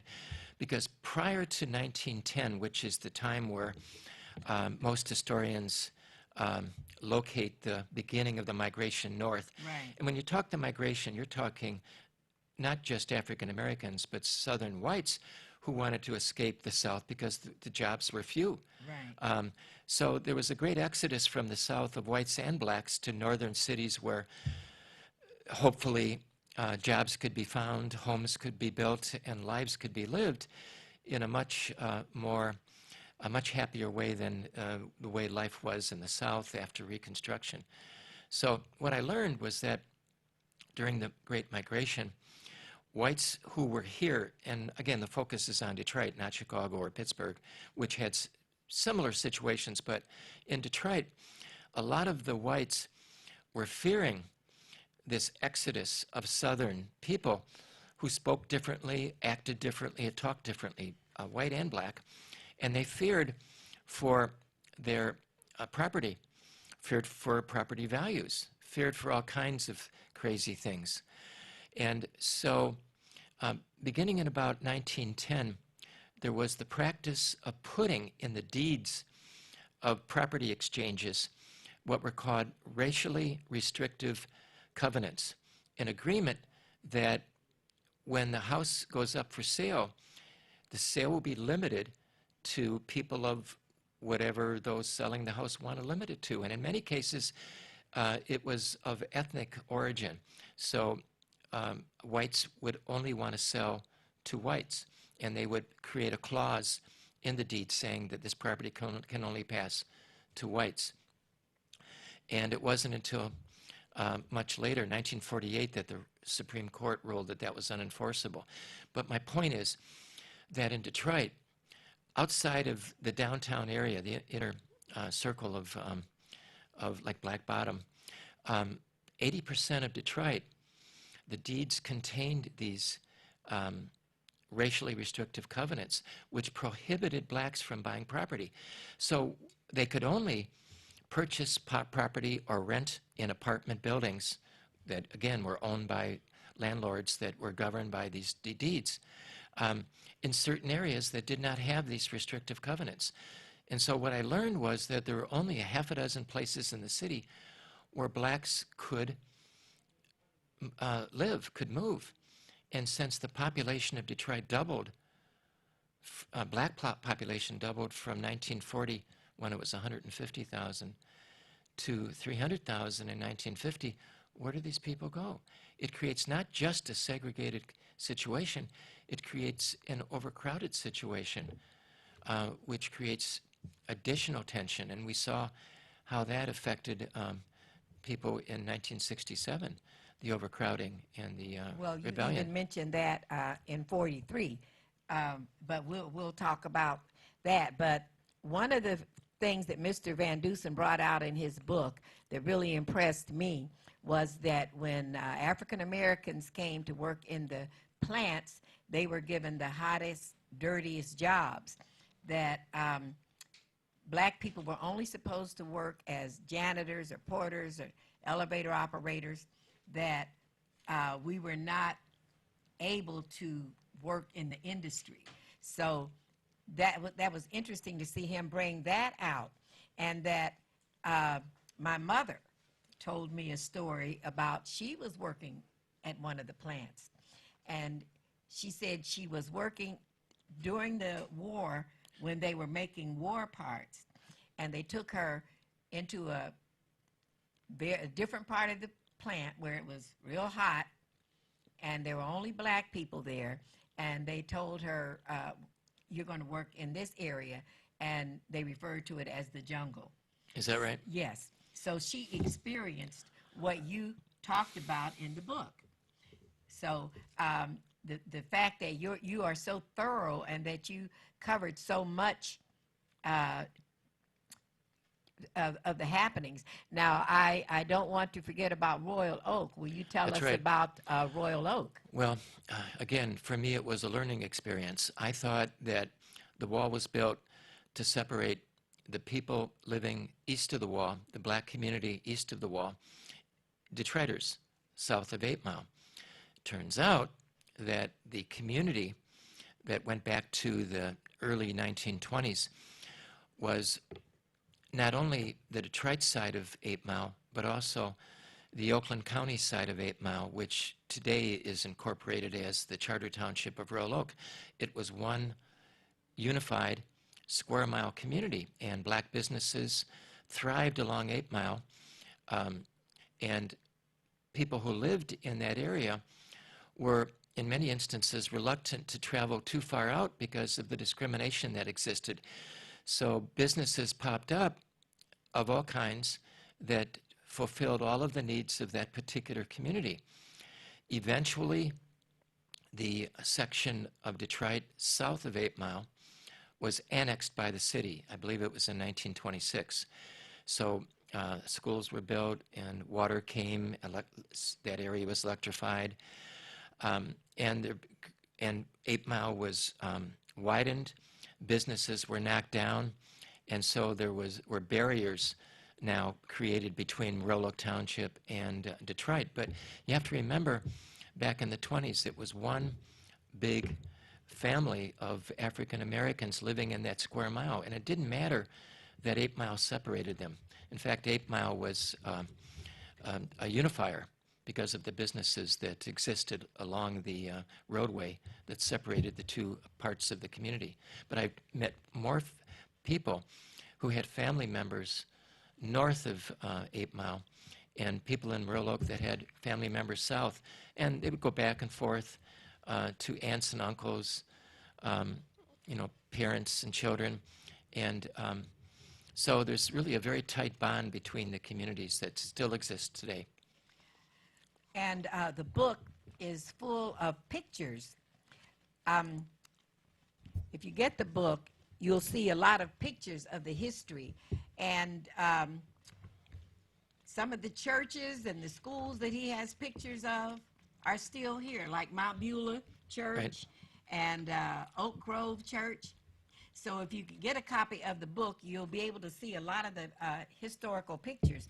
He mentions Grant School and Carver School in the segregation, and those are the two schools that my husband attended. He mentioned more schools, right, but Grant and Carver, right, are the ones. So do you remember what you said about either one of those schools? Well, Carver Elementary supported families that lived immediately to the west of Wyoming. And if you went to Grant School, it was because you lived to the east of Wyoming. And after you graduated from Carver, there was no high school in the immediate area that would take you. Oak Park wasn't interested. So the Carver students wound up going to Northern High School in Detroit by virtue of an agreement between the Detroit Public School System and Royal Oak.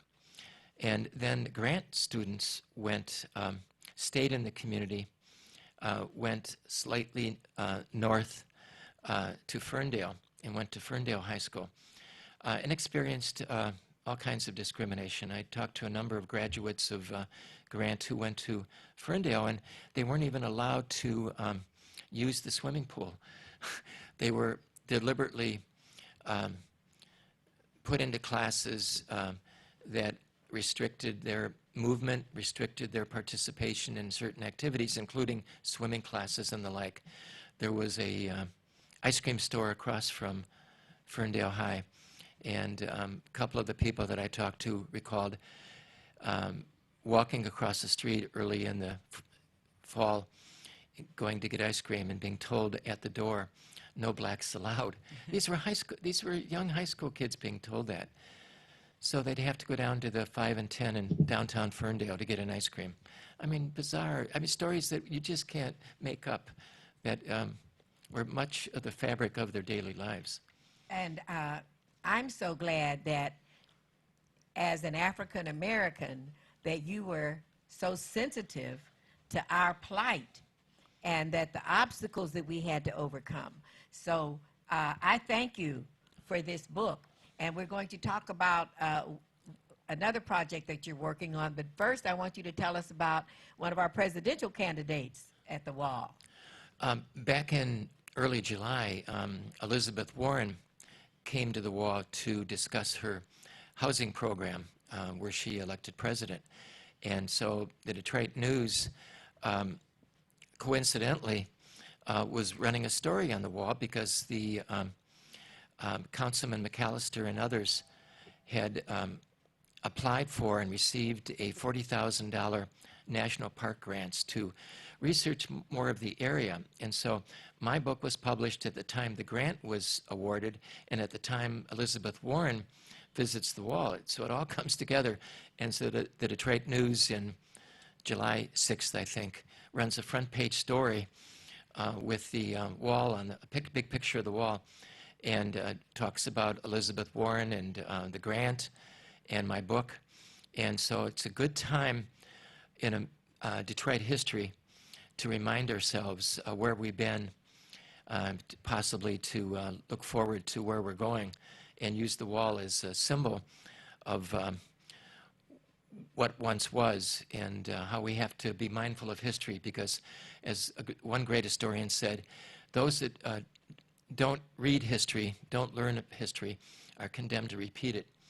And Exactly. I think that's one of the lessons of the book, I believe.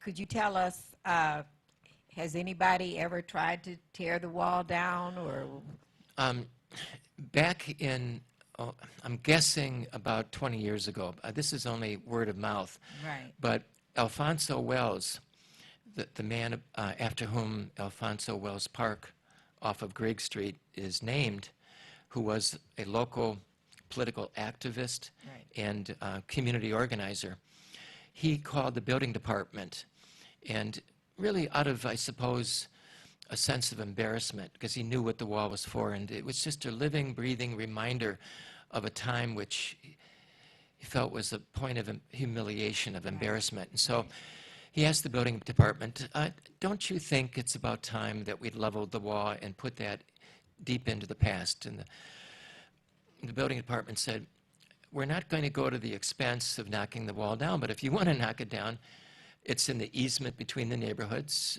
you go right ahead. Well, it didn't happen.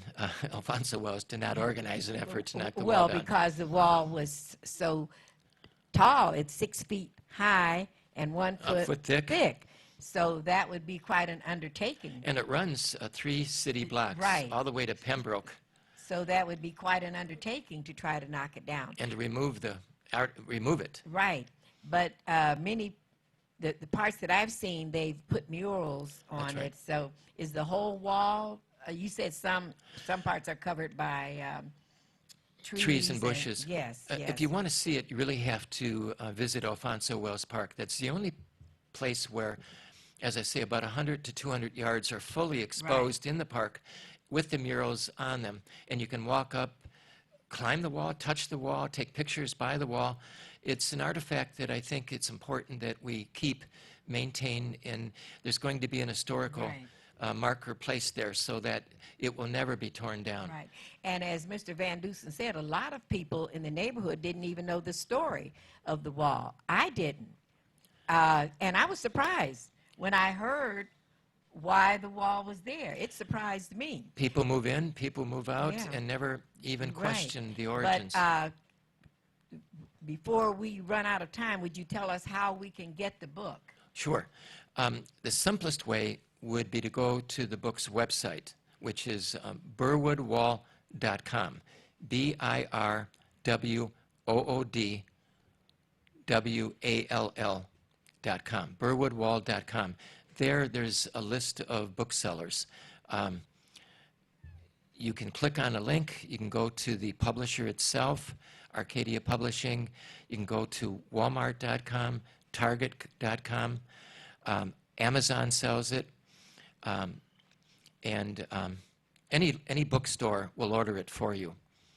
Well, thank you. And tell us what, do you have any other projects that you're working on? Well, I hint at it in the book because a few miles away from the wall there is the Sojourner Truth Housing Project that in 1942 was built to accommodate defense workers, particularly African American defense workers. And given its location, a lot of neighbors were concerned about it becoming a temporary barracks and possibly drawing the wrong element, as was suggested by some of the local residents. So it became a bone of contention, and a riot occurred in which locals picketed and tried to prevent occupation by black renters, defense workers. And the whole story of that sad chapter in American Detroit history will be retold in my next chapter, my next book, in another year. Like I said, there's so much history in the book that we can't possibly cover all of it. Mr. Van Dusen talks about the race riot in 1943. He mentioned Sojourner Truth. There were white people picketing to keep black people from being able to live there. And wasn't that the cause of another riot? Well, there's the 42 riot, and then, of course, the 67 riot. Right.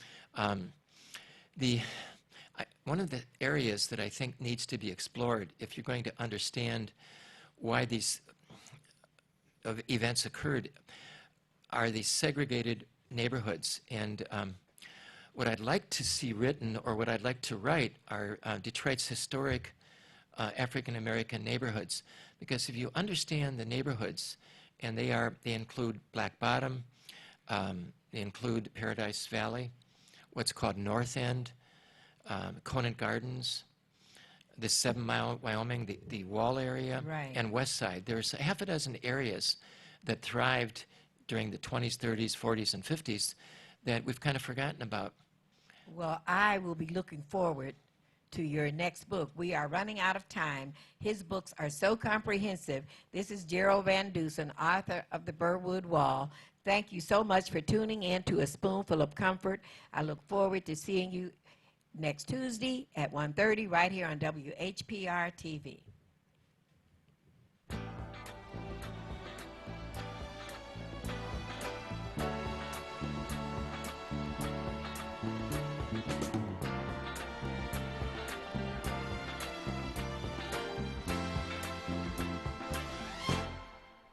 When I was 17, I ran away from home and from everything I had ever known. I was sick and tired, living in a town filled with narrow minds and hate. The move is on, and we want you to move with us to WHPS Channel 15.2. Cheryl Underwood got her own show, now you get yours. Have a business or talent you want to showcase? Have your own show simulcast on WHPR TV and radio, all of your favorite apps and devices. We're going to come back quarterly, and I'm serious. We are going to produce things out of here. Because I want to prove that it can be done right out of here. Packages start at just $99. Download the WHPR TV app and catch the Cheryl Underwood Show wherever you are. You're watching WHPS, Highland Park, Detroit.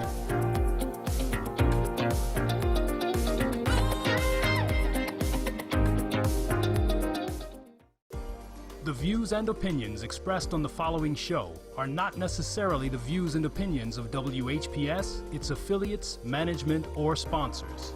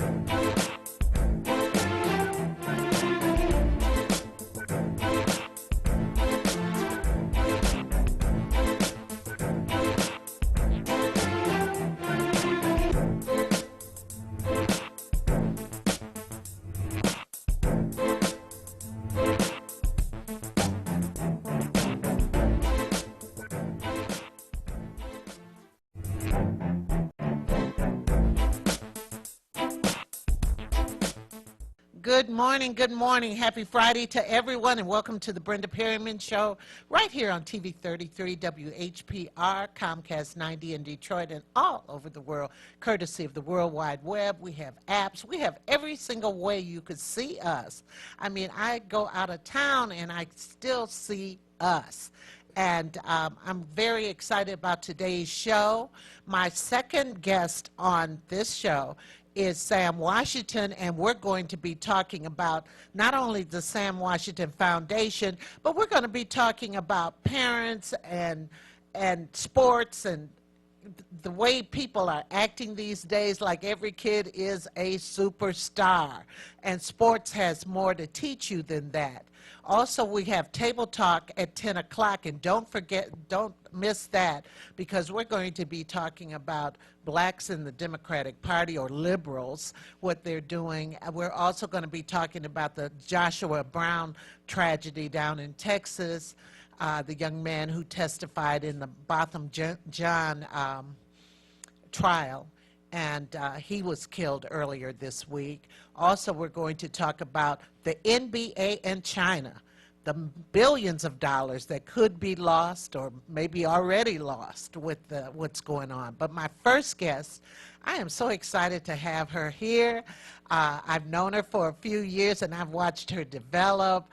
This is Tamika Kitchen-Spruce. Good morning. How are you? I'm doing well. How are you? I am just fine. I am just fine. And Tamika is a writer, producer, filmmaker, and she has a film that we're going to see tomorrow. There's going to be an event, and it's called My Girl Story. Yes. Yeah, well, we're going to talk about that and what made you decide to do that particular film. But let's talk a little about you, Tamika. Now, you're from Detroit, right? Yes. So tell me about yourself. Yes. Well, I'm again Tamika, and I'm a mother, a wife, and also disability justice activist and a filmmaker. Did you say disability justice? Yes. Yes, yes, yes. You know, things have really changed in the years with people with disabilities, and the law, really, the law has helped that too. And you have a particular disability. Would you tell the audience about it, please? Yes. So when I was 6 months old, I got into a car accident, which left me paralyzed from pretty much the mid-chest down. So I'm paralysis, and I use a wheelchair. Now, did you have Okay, you were just a baby at the time, Yes. right? And so, how did you grow up? How did you adjust? Yes. Well, one of the benefits I would say to those like hard to say a benefit, but one of the No, say pluses. benefits Okay. because I can chime in with you. All right. So one of the benefits is that since I was paralyzed as a baby, I went to like therapy as a child, and I was taught to do everything myself. So how to transfer, how to get in and out the wheelchair, and I had really great parents. My dad and I lived with my mom, and they never treated me anything different. Anybody different. Do you have so. sisters and brothers? Yeah, so when I started having sisters and brothers at 10 years old. Oh, you started having them at 10? Well, not having them, but my mom, and then my dad had, started having children when I was 10. So, yeah, that's when my brothers and sisters came along. Oh, okay. Now, where did you go to school? So I went to elementary school in Hazel Park, which is Roosevelt Elementary. I don't know if it's still I've heard of named it. that. But then I went to Royal Oak schools. Right. And I graduated from Kimball, which is Royal Oak High School. Royal Oak Kimball. Yes. Right. Now, Tamika, I got to know you through film. Yes. So tell me how you got involved with film and all of that. Well, the way I started working in the film industry is after I was done with my bachelor's degree in journalism from Where'd you go? Oakland University. Uh-huh. And so the film acceptance was really big at that time. Yeah. And this was around 2010. Right. And so I was like, okay, I think I want to transfer my skills from journalism, which I studied in broadcasting. So I said, oh, we'll try this, film stuff, and that's how I got in. Wow. Yes, because how many films have you done? I've done 3, but I've produced and wrote 1, and then this is my second one. Right. What were your first 2? So my first 2 was I did a 48-hour film challenge. That's where I met you. Yeah. So I did that. That was called Seated. And then the one I did last year, which I'm very proud of, was called Justifiable Homicide. Justifiable Homicide. What was that about? Well, that was about a young black man's tale from the suburbs with his experience with racial profiling. Yeah. So that was a really serious project, and from that... And it's very real. Yes, it was really real, which is inspired by the experience my brother had at 14 with the police. So. Okay. Yes. Okay. And then My Girl Story. My Girl Story. Let's talk about that. It's a good film, everyone. And tomorrow you're having an event, but it's sold out, isn't it? Yes, it is. Isn't that exciting? My Girl Story. Tell the audience what that's about. So My Girl Story is a story that tells a story of 2 African-American girls from Detroit and like their journey and to try to be the young women they want to become. Right. And one, well, she was a fighter. Yes. From middle school, I don't know if she fought in grade school. It started like in 7th grade. Yes, in middle school. I mean, if somebody answered her back wrong, she was ready to fight. Yes. And the other young lady has spina bifida. Yes. And would you tell the audience what spina bifida is? It's a disability, too. Yes. So spina bifida is a spinal condition where the nerves is outside the body. So what they have to do, depending on the level of the spinal cord that the nerves is out on, they have to push it back in, and oftentimes they become paralyzed somewhat based on Yes, that. Yeah. yes. Now, at 18, I was in a car accident, and I had massive spinal cord damage myself, but I was very fortunate that surgery was kind of experimental. It was a laminectomy where I had several vertebrae knocked out of whack. My spinal cord was compressed and kind of wrapped a little around that, and the prongs between the vertebrae were crushed. They were crushed, so the doctors had to take everything around this cord away because you can't touch the cord, and the cord had to sliver back into place, and the right side of my cord was damaged the most, which led to some damage on the left side of my body, you know. I mean, well, it developed, my left leg was weaker than my right leg. But the thing is, after, you know, I was in the hospital 3 months just healing. And it wasn't for 3 weeks that my toe moved. And when my toe moved, they saw that I was getting some feeling back, and they started the therapy. And for many years, I mean, almost 50 years, I never had to carry a cane or anything. I just walking and running around and stuff like that. But after I had a hip replacement surgery, for some reason, and I have no pain or anything, my cord or something was affected, which affects my balance, so I have to carry a cane now. And so I see how people respond to people, you know, with disabilities and so forth and so on. I try not to, sometimes I just feel like I don't even want to go out. I would feel like that, and my mother was the one who talked to me and said, look, that cane is not you, because I've always been extremely active. But people, they see you coming, people are so nice. I said, you know, and I try and be so independent. No, you don't have to open that door for me or anything. It is just really a different life. I mean, it is really, really different. And then there are things, now I never was able to run again after my accident. I never was able to do any of that. Certain things I just couldn't do, but I was able to kind of mask them. And having a disability in America can be, well, I think it may be a little better now than it used to be, because they did not have ramps at the time. I know you remember times like that, don't you? Well, well, when I got injured, it was 85, but the ADA, which is American Disabilities Act, was passed in 1990. So that's what, you know, making sure that places are accessible, making sure that you don't get discriminated against. That you have more opportunities. So. Absolutely, absolutely. Now, where did you find these two young ladies for your film?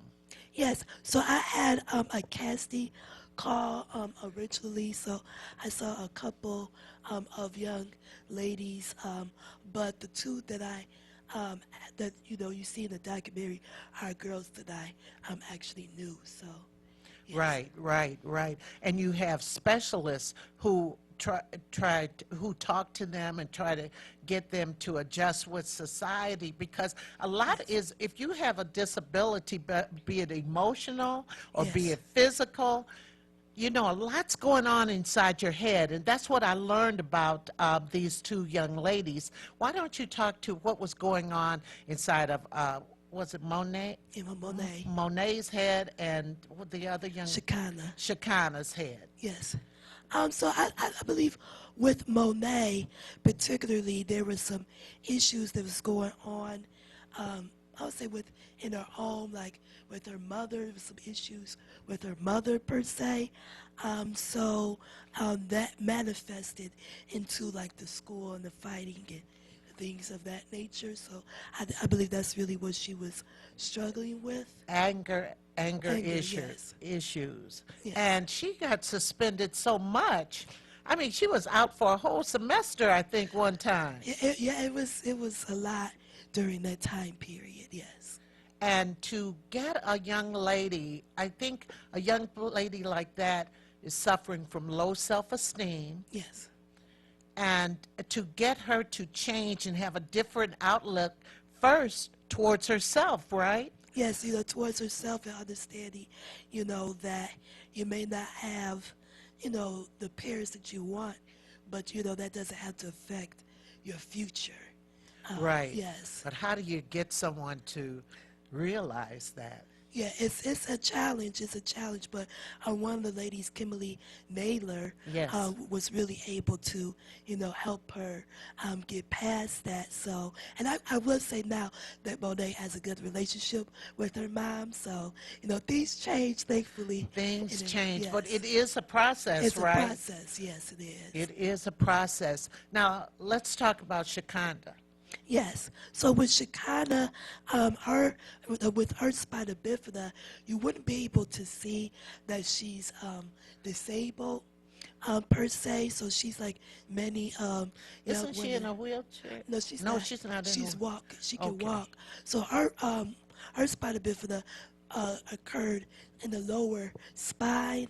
So that's why she's able to walk compared to other people who uses wheelchairs and Right. everything. So she it's like many young women walking around with hidden disabilities that you wouldn't Yes, know. let's talk about that. This is because hers isn't so visible. Yes.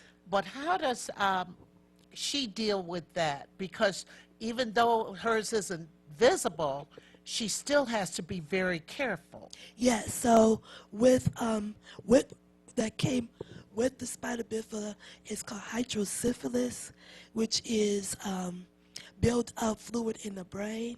So a lot of times with hydrocephalus, all the time you have to have like a thing called a shunt. Yes. And so that drains the fluid from the brain. So they have to she had to really be careful, like if somebody hit her or, whatever the case may be, or if her head start hurting really hard, she would had to go to like the hospital to make sure that there's no buildup or like an infection. Now, tell the audience what her issues are. So really, she was just really struggling with, dealing with the spina bifida, being in high school. Some of the issues, was being depression, which her mother did not find out to the later part of the film that she was struggling with that. And then she did, had a boyfriend, and so she was dealing with like regular things that girls deal with, like bullying and things. know. So that's a combination of things that she was dealing with. Right, and with her having a disability that you can't see, yes, she tries to be like, well, I probably was struggling with trying to be like everybody else, yes. but she isn't like everybody And she isn't like else. everybody else. And she does the line that she does say in the documentary that she doesn't like to tell girls, or she'll tell anybody that she, has spina bifida.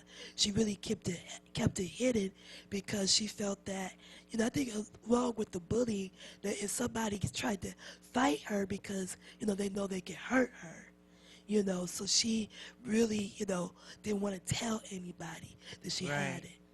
Wow. And there are a lot of people suffering with that, with hidden disabilities. Yeah. I mean, and these disabilities can be, I consider some psychological issues disabilities. Yeah, it is under the ADA, so American Disabilities Act. So you can, you can't be discriminated against if you have like depression or bipolar and things. So mental illness, things like lupus, chronic illnesses are also a disability, and that can be under the ADA. It's funny. I remember talking to my administration because they were going to do something like move one of my rooms, one of my classes way down in another end of the hall, only because they wanted to put I had a 2-classroom room, where I lectured in one room and the students acted in the other room. And so they were running out of rooms or something. Anyway, I told them, I said, well, that'll be really inconvenient for me because, it'd take me a while to get down the hall and this and that. And they said they were trying to press me to the wall to do that. And I told them about the Americans with Disabilities Act. I said, you could try to do that, but I think I'd win in the long run. And so they never did do it because I had something that you couldn't see. Yes. But I relate to that, you know. And then sometimes when I would get real tired, I'd start kind of dragging along, and you could see it, you know. You could see the limp or whatever, you know. And a lot of times people, you try to mask it, but it comes out some kind of way. Yes, So you it have does. to be careful. You don't want to tell everybody you're dealing with it. And so psychologically, it can be a lot to handle. And this young lady, she had a lot to handle. Yes, she did, dealing with, you know, multiple disabilities. Like I said, the spina bifida, the hydrocephalus, and then I think she said she had rheumatoid arthritis. I mean, Yeah, there's just a lot yes. going on, you know, with her physically. But she was still making it. Yes. And see, that's the thing that's very, very important, that you're still making it, you know, and you don't want people to feel sorry for No, you. you That's the don't. one thing, you know, and I'm sure you felt that yourself. Yeah, I don't want anybody to feel sorry for me because, you know, I have a really good life, an active life like anybody else. Is just what makes me different from others. I have to use a wheelchair to get around, but that doesn't stop me from living my life. So Right. And she's raising 2 kids, and they in first and second grade, so that was close, real close. Tell us about some of the experts that you have in the film. Yeah, so I have, you know, Kimberly Nader from She's Positive a friend of the Sisters. show, yes. Yes. Rashida Kamari Williams. She's been on my show. Yeah, Power Flower Girls, and Avita Charlie from Pretty Rugged, and I have another psychologist, Lily Smith. Well, who are some of your panelists? Because you have a panel discussion afterwards. Yes, so we do have a discussion afterwards. So we have Sharon Harris from Lupus Detroit, you know, founder of that. China Cochran from Detroit Women Congress. I have Councilwoman, Westlake Councilwoman Tasha Green, and Charter Commissioner Joanna Underwood. She also the founder of Detroit Black Women's Council. So I have a lot of wonderful women who are going to be there. Also, the cast and crew is going to be there as well. Now, tell the audience, now you're all sold out for tomorrow, but I think everybody should try to see this film. How will they be able to do it? Aren't you on YouTube? Yeah. Well, they could go to www.mygirlstory.documentary.com. Not my girls, my girl story. Yeah, my girl story, documentary.com. And see, you know, keep, you know, looking up the updates. We're also on Facebook, so that's another way to see updated of screenings. My girl story? I'm sorry, yeah, my girl story documentary. On Facebook. On Facebook, On yes. Facebook. And everybody, there's so much going around and so much going on with girls, especially black girls. They're getting so many different messages from the media and so forth. These reality shows started, and some people look at them as more than entertainment, but it's really just supposedly entertainment. Women are not supposed to be fighting like that and undercutting people like that. That is not the way to grow. Yeah. No, it isn't. And you're dealing with social media. And I think particularly with this generation that's different from mine, because I graduated 2003. So there's, you know, a generation after me.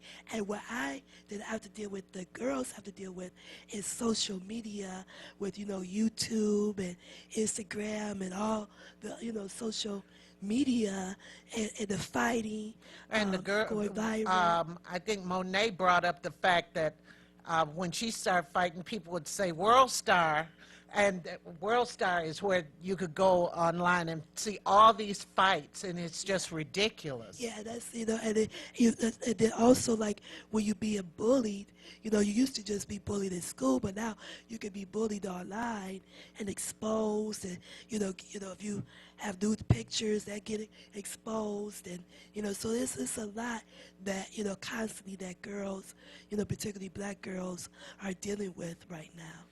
Well, I'd like to thank you. And My Girl Story, It's really a good film about two young ladies who both have two different issues, but all relatable. Yes. Right. And I appreciate the fact that you've done this. What's next for you?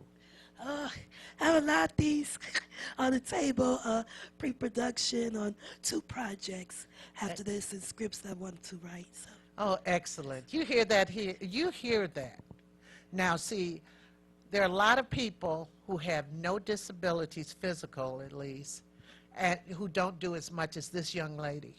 She drove herself here, she got here herself, and so forth. I am so proud of her. I just love her so much. And My Girl Story, one of many films you'll be hearing from Tamika Kitchen Spruce for a long time. Yes, thank you. Thank you for having me. And I love you too. Oh, and we'll be back in just a moment with Sam Washington. Lot to say there.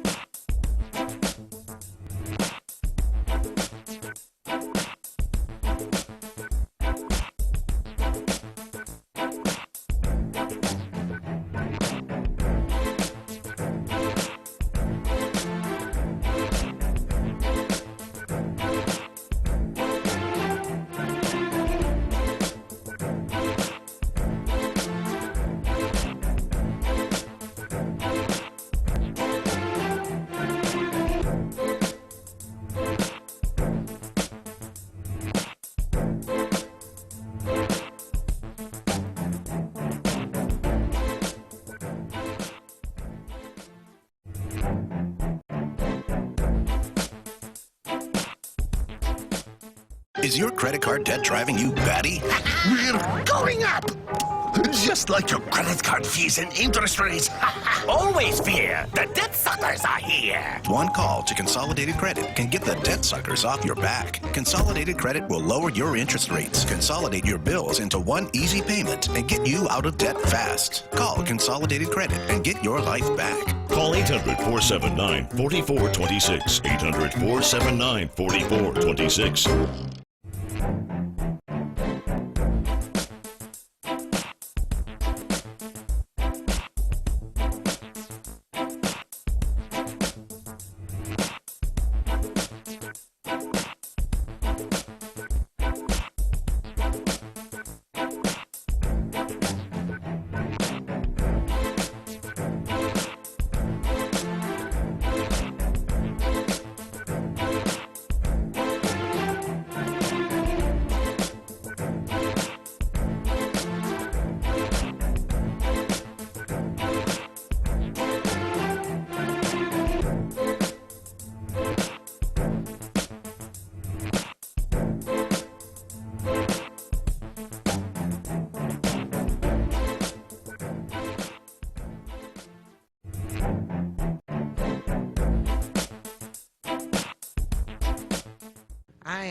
I am live with Mr. Sam Washington Jr. Good morning. Good morning.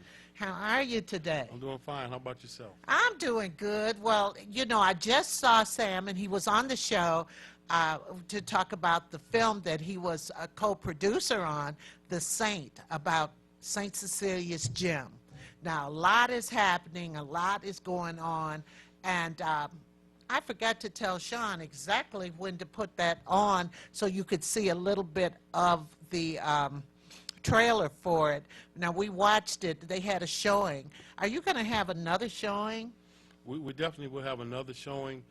We're in the process now of determining when and where, but, you know, since the showing, I mean, my social media's been blowing up.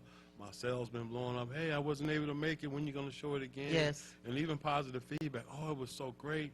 You know, I'd love to see it again. So it's definitely a demand for it, and I'm so happy for that, and we will show it again. And everyone, the Saint dealt with St. Cecilia's Gym. The St. Cecilia's Gym is on Stearns and Livernois, well, near Livernois, right? Just west of Livernois. Mm-hmm.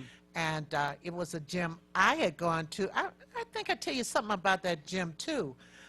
When Dionne Warwick, she was singing, she had just made Walk On By or something like that, and she was touring. And at that time, St. Cecilia's had mostly white students in it. Sure And did. they used to have sock hops. And Dionne Warwick was the guest for this sock hop. And do you know that the white kids threw pennies at her? Dionne Warwick? Yes, they threw pennies at her. She had to leave the stage. I Wow. mean, that was kind of abusive. I mean, that's things really did change. Things really did change. And as the years went on, it was still white and black. When I graduated, I went to the graduation in '66 because I graduated from St. Teresa's in '66. You know, it's interesting because the guy who graduated a year before me, his name was Edwin Taliaferro. He became Chokwe Lumumba. I know him. Yes, yes, who ended up being the first black mayor of Jackson, Mississippi, and he died within a year in office from a heart attack, major heart attack, and now his son is the mayor of Jackson, Mississippi. That's awesome. Yeah, but a lot of good kids came from that Catholic school system, really. I mean, without the Catholic system, you know, I wouldn't be where I am today. It has Where'd taught you me so go? much. Well, I went to St. Cecilia Grade School. Oh, then you did? Brother Rice High School. Oh, yeah, that's right. You did go to So, Brother Rice. That's right. Out in Birmingham. Marion High Right- School right was next next door. All girls school right next door. I yeah. know. That was Yeah. funny. Because we're wrestling now if my grandson's going to go to all boys school or going to go to one of the other high schools and stuff because he's involved in sports also. I think sports is a great outlet for young people. I think what's happened, though, is a lot of parents are taking it so seriously, and it should be taken seriously to a point, but what are your views on that? See, in my opinion, sports is very important for boys and girls. It Yes. teaches you so much.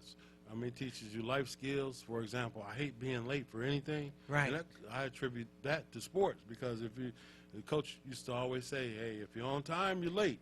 Right. So, you know, I was always early because, you know, I wanted to work on my game. I stayed late, you know, and same thing in my professional life. You know, I'm never late for anything. You know, it just Right. drives me nuts for being late. And teaches you discipline, you know, how to compete in a good way.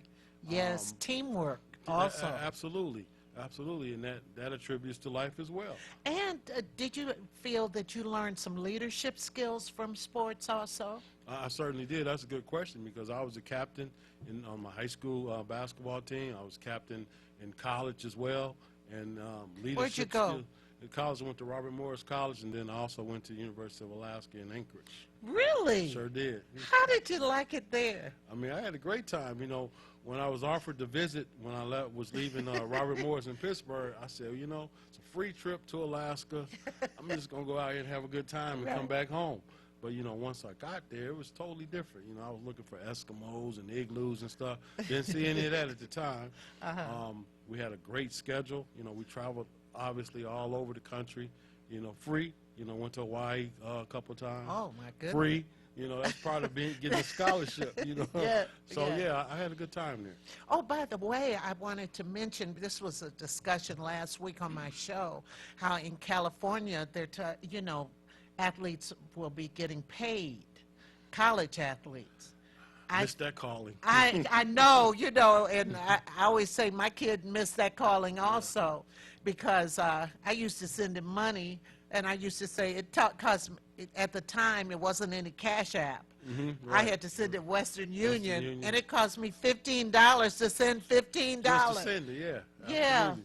but I think they earn it. I think they earn it, don't you? It's a long time coming, you know, because college athletes been taken advantage of for so many years. You know, you got these big corporations, mainly the NCAA, making billions of dollars off these student athletes for years and just taking advantage. And then they only say is, oh, you're getting a 4-year scholarship. But yet They work for that. They work, you Big know, time. for yourself. I mean, you have to study. let me tell you something. It's so hard being a student athlete because you're right. You got to study, keep up with your grades. You have to practice. Some of these coaches might have you practice before school even starts. Yes. You know, you practice like 2-3 hours, You know, then you have to go to class, get something to eat, and some, especially now, may have you come back later in the day to practice again. Yes. And then it's just rough, and then you have to be disciplined because then you have to worry about outside activities in school. You know, there's always peer pressure everywhere. Yes. You know, you got to know when to party, not to party, you know. But if you're disciplined. And you have to have that ability to make the right choices. Make the right because choices. we have seen so many athletes get in trouble. There are a couple of young people from Michigan State football team. I think they got in trouble. They're not with the team now, right. but because of them and girls and stuff. And I've had former students get in trouble. They get these college scholarships, and then they make some wrong choices. Yeah, we all have choices, but see, it was a blessing for me because who my dad was, yes, who my mom was. So whenever I was getting ready to go to make a bad decision, life decision, I started thinking about what my dad would say, you know, what my mom would say. You know, I didn't want to embarrass nobody in my family. Then I was like, no, you know, I'm not going to do that, you know. And sometimes I did do it, you know, got away with it, but, you know, that kept my mind, you know, from making terrible life decisions where I'm sitting behind some bars or something. Yeah, saying, why did I do that? You know, my mother always would say things, don't make a blast of yourself. Right. And I remember telling my son, I said, you're way at this school, and it's a majority white school, too. Don't make a blast of yourself because today's news could be tomorrow's toilet paper. Yes. You know, fans, fanatics, they turn against you at the drop of a hat, too. And so one day he said he had a girlfriend, and they had a little argument, and she walked out the house, and he walked out behind her. This was off campus. And he walked up behind her, and he was on the porch, and he said just before he started going down that stairs to kind of chase her, he said, no, I can see the newspaper now. Pyramid faces. You know, you got to be able, you got to be able to think twice about things like that. And that's some of the things I instill with my foundation. That's what I'm getting ready to talk Foundation. about, the Sam Washington Foundation. The things that you instill in the young people. Why don't you talk about that? Because it's more. I learned over the years. It's just more. It's more than basketball. Basketball get the kids in the door, but then once you get them in, now you have their attention, and all they want to do is play. I said, okay, look, okay, we're gonna play, but this is what you have to do. So, for example, with my foundation, I have a SAT prep. You do. Because that's very important. Oh, You get the scholarship, but you can't get in. Right. Because you can't pass the SAT. It's the sliding scale. There you go. I have math and reading tutoring because that's very important. I also teach, we have programs for life skills, you know, social media awareness. Heard you talk about that earlier. Health and hygiene is very important. I teach young men how to, when they meet somebody, look them square in the eye, shake the hand firmly. Right. You know, I teach young men how to address and talk to young girls and women. You know, what you hear on the rap, you know, it's not all about B's and H's and all that, you know. There's certain ways you have to respect and talk to women. Don't put tattoos all on your neck and your face and everything. It might look cool to you now. Down the line, you might want to get a corporate position. And right. They're going to say, thank you. Right. Or no thank you. Right. Things of that nature. So, well, the thing with the foundation, why don't you tell the audience how long the foundation has been in effect and what the foundation does and how young men get involved with the foundation? Well, the foundation was established in honor of my dad, the late, great Sam Washington Sr., going on 4 years now.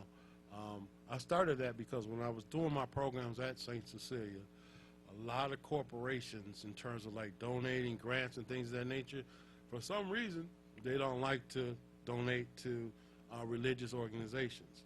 So some will, a lot won't. So with that in mind, I said, okay, you know what? Let me establish my own foundation, which I did. So that way, you know, there's a even playing field. So, you know, if you don't want to contribute to a religious organization, the Sam Washington Foundation is not religious orientated. So I covered that. So what did you need the money for? For what?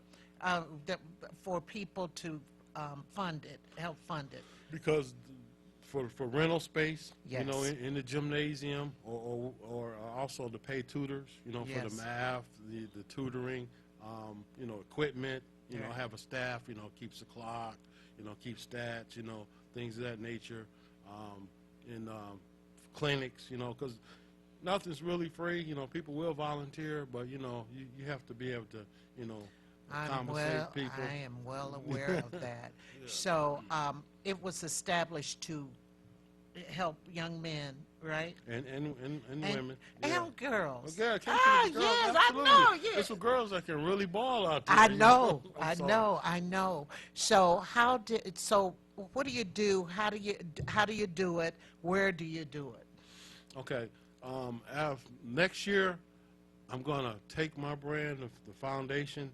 We're going to go, after 52 years, we're going to go to Lawrence Tech University.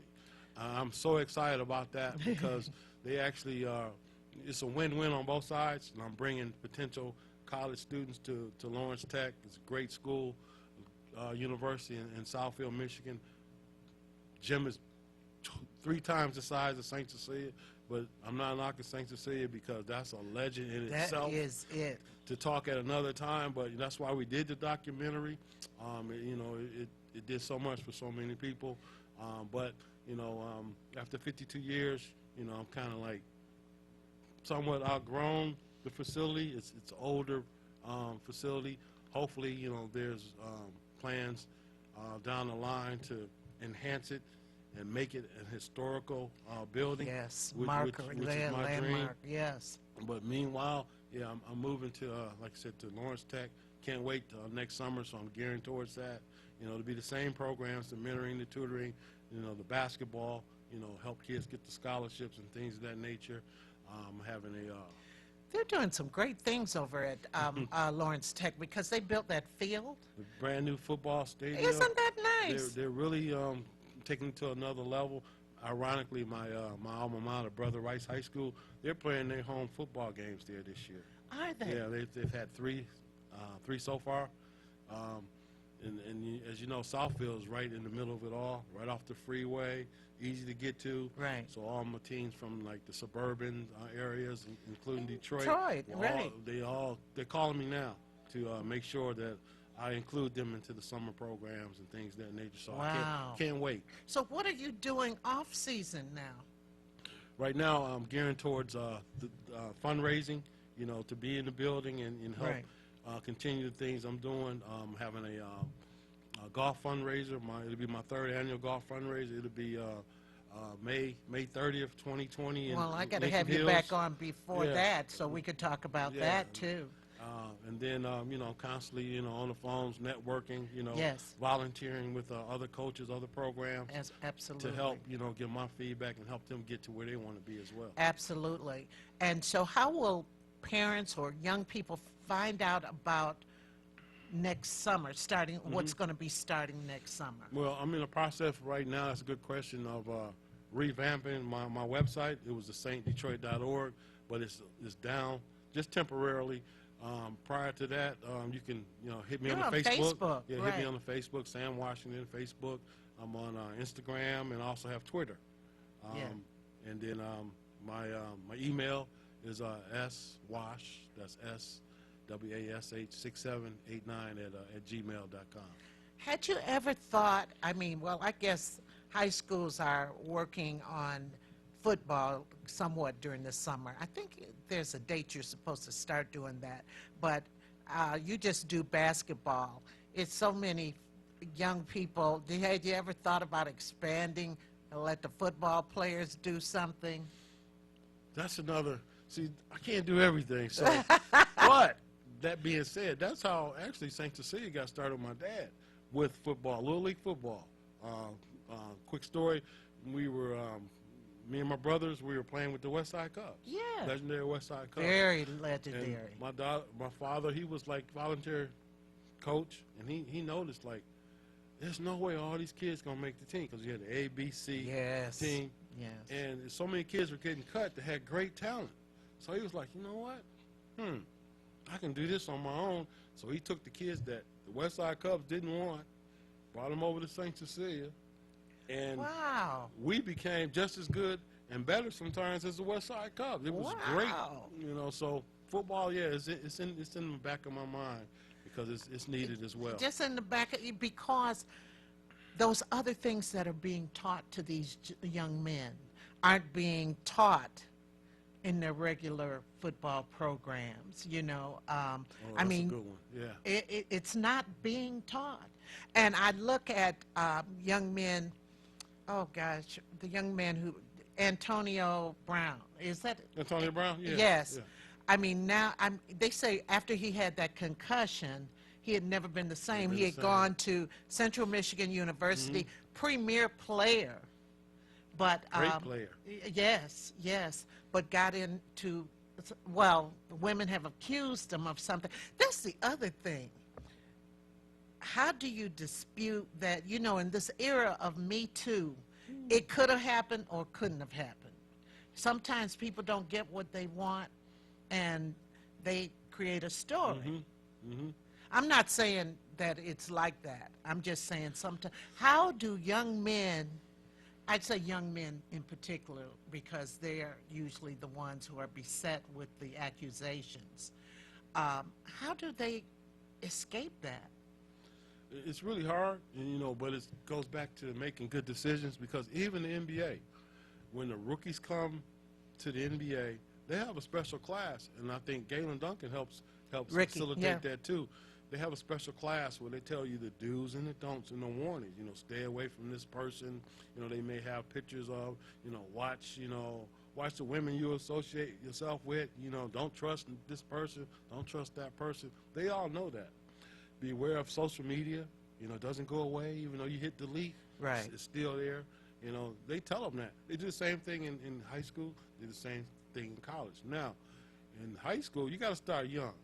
Yes. You got to instill that young in their mind. So, you know, it's all about these coaches, these younger coaches, because when I was coming up, coaches didn't play.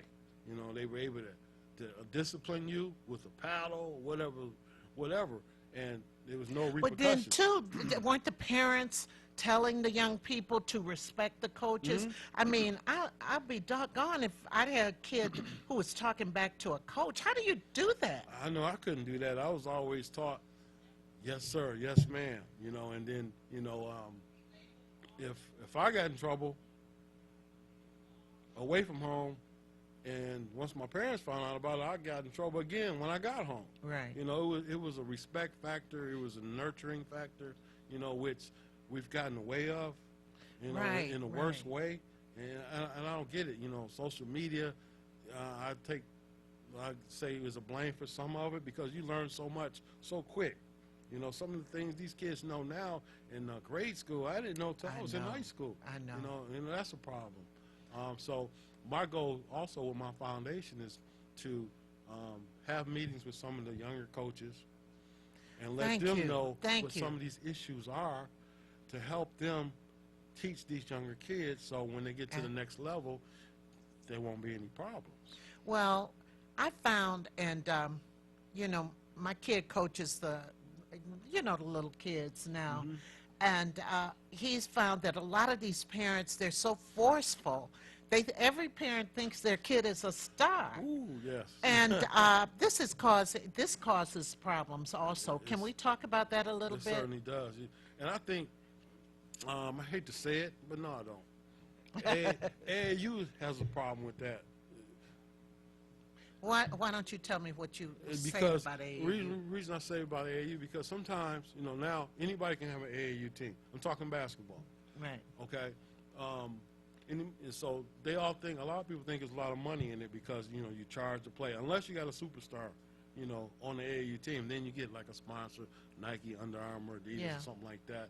But when you have AAU teams, all these kids do is they travel and play games. They don't work on their left. They don't work on their right. They don't work on their post-up game. They just travel and, in my opinion, get exploited. You know, you may go to Las Vegas, you may go to Chicago, and you get exploited. Okay, so you're going away from your regular team all summer, and then when school starts, early fall, you go back to your respective team. If you played on the AAU all summer, your head's like this, you know, because you've seen everything you think, You played against the best players, you know, so-called in the country. You go back to your respective team, you know, you don't want to hear nothing your coach got to say. Oh, well, wait a minute. Now, my son played AAU in the summer because there was nothing his team was doing in the summer. His particular team wasn't doing anything, and the coaches, he had Little John, he had a bunch of coaches, but the whole thing was we taught them respect early. You don't talk back. You learn what you can learn, and you looked at AAU as another opportunity for them to play some other teams. But this was 20 years ago, and things probably have changed. It's changed big time. I just saw a good friend of mine, Daryl Buchanan, just walk in. He coaches Southfield A&T. I know. So he knows, you know, with AAU, it just messes these kids up. Right. A lot of times because, like I said, you're going all summer away from your regular team, your high school team, and then you come back to your coach and your team. Your teammates haven't played with you all summer. Right. You know, your coach haven't seen you. Now your head's like this, and then, you know. Well, that's not all the kids, not all the kids, but some of them. The so-called superstars. Yeah, but you got to, I don't know, with those so-called superstars, you got to keep their head level. And the way to keep the head level, in one of my thoughts, is to keep the parents' head level. Because I've seen parents come to the game with signs and with different things, and they getting their kid all geeked up and stuff to make them think you the best thing out there. And it doesn't encourage teamwork. That kid starts, I'm going to make all the points, even though it'd be easier for me to pass this ball. They become a showboat. You see, the parent's not the coach.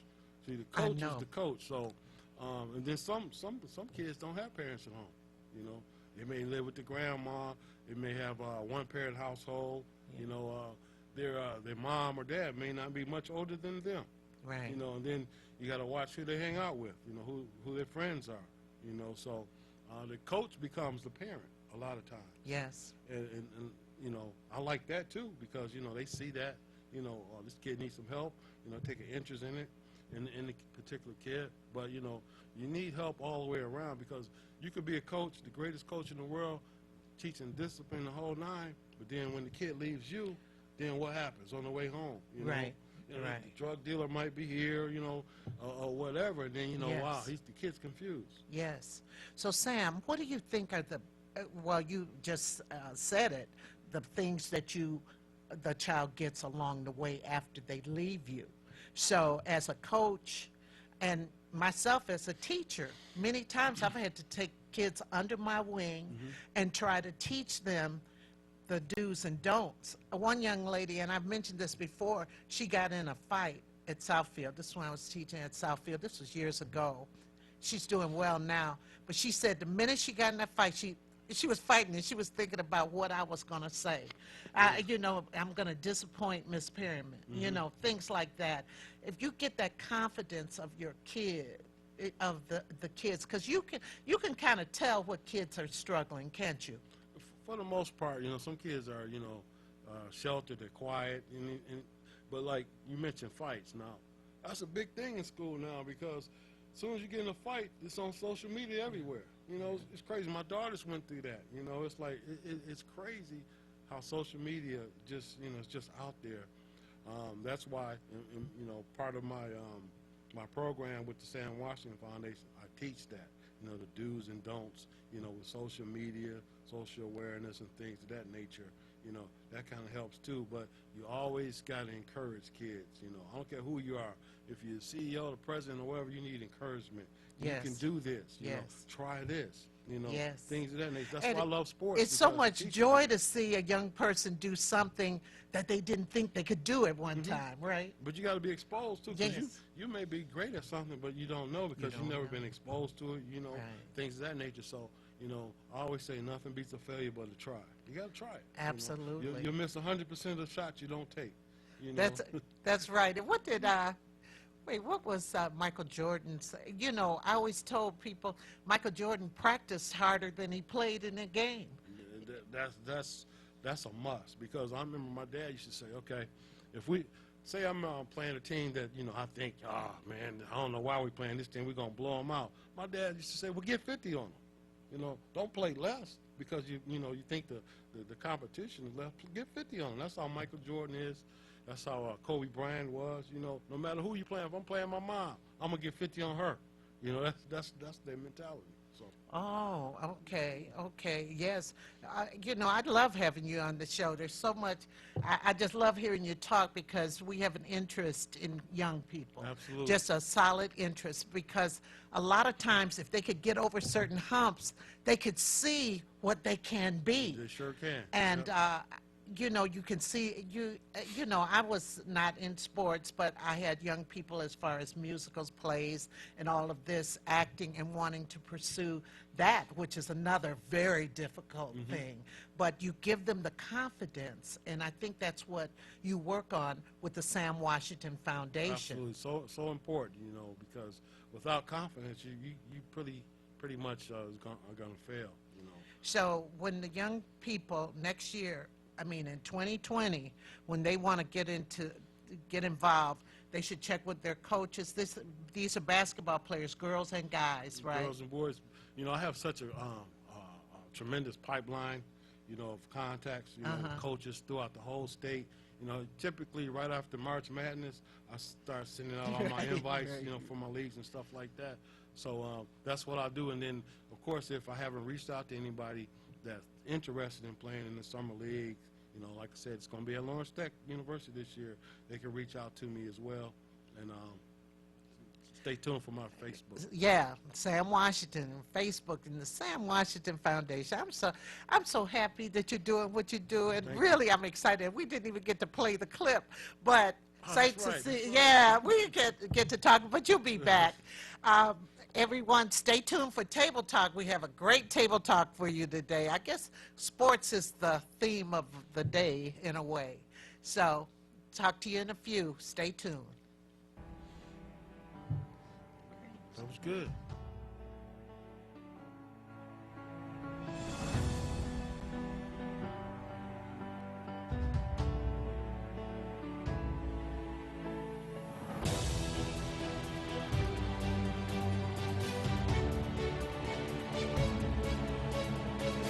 When you open up the front door and the back door at St. Cecilia and you're in the gym, the ball's bouncing, it permeates throughout the whole neighborhood. Sam Washington got things started right after the riots in the 60s, 67, 68, around that time. And they started a program there. And I was probably about 10 years old when it first got started. Sam Washington was starting this basketball program at this church in the inner city of Detroit. And I was fortunate enough as a real youngster to go down and start watching basketball and quickly learned that some of the best basketball players in this city were playing at this venue because this was the proving ground. In that little small bandbox, you were able to see just tremendous basketball talent. The impact that, the Saint had on the community and the way people felt, talked about it, respected it. You got a love for the city, but you also got a love for the people in the city. But St. Cecilia at that time for the neighborhood was a great outlet to be able to go up there and sit around all day and watch basketball. And that's what I did. When the reputation took off to your Saginals, your Lansing, you name it, they wanted to come down here to be proven too because Magic Johnson told a story, when he was coming up, okay, everybody say, hey, Magic, you're the best in Lansing, you're the best in East Lansing.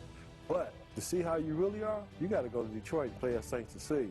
But it brought a sense of pride, positiveness through the game of basketball. And I always say, Spencer Haywood, Leroy Haywood, they talked about that game of basketball to take us around the world, and it did. St. Cecilia is where pros was made. This is where all of the guys in the city that played at all the different high schools and the pros competed against each other on the weekend. It was the mecca of basketball, not only in Michigan, but in the whole Midwest. St. Cecilia is just my lifeblood. It is the lifeblood of the city. We have to protect her and make it right again.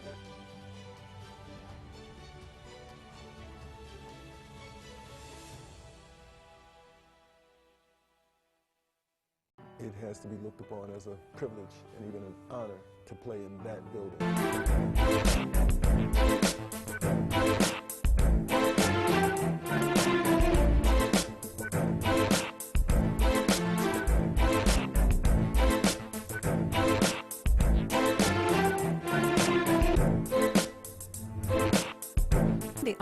Comcast Detroit, Roku, Amazon Fire TV. Watch WHPR TV Network anywhere. And take us along with you. Feedback, feedback, feedback. You're watching WHPS, Highland Park, Detroit.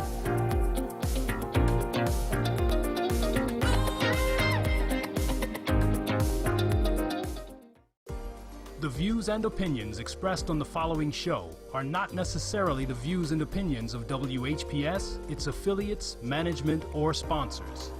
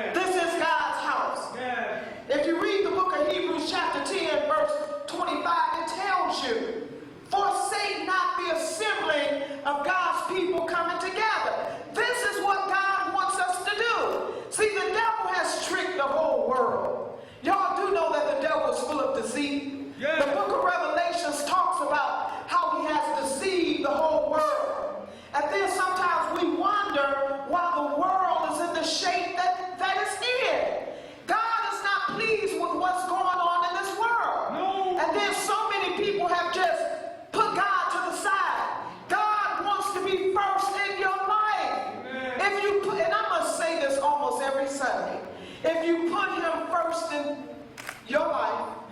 He will put you on a high priority list in his.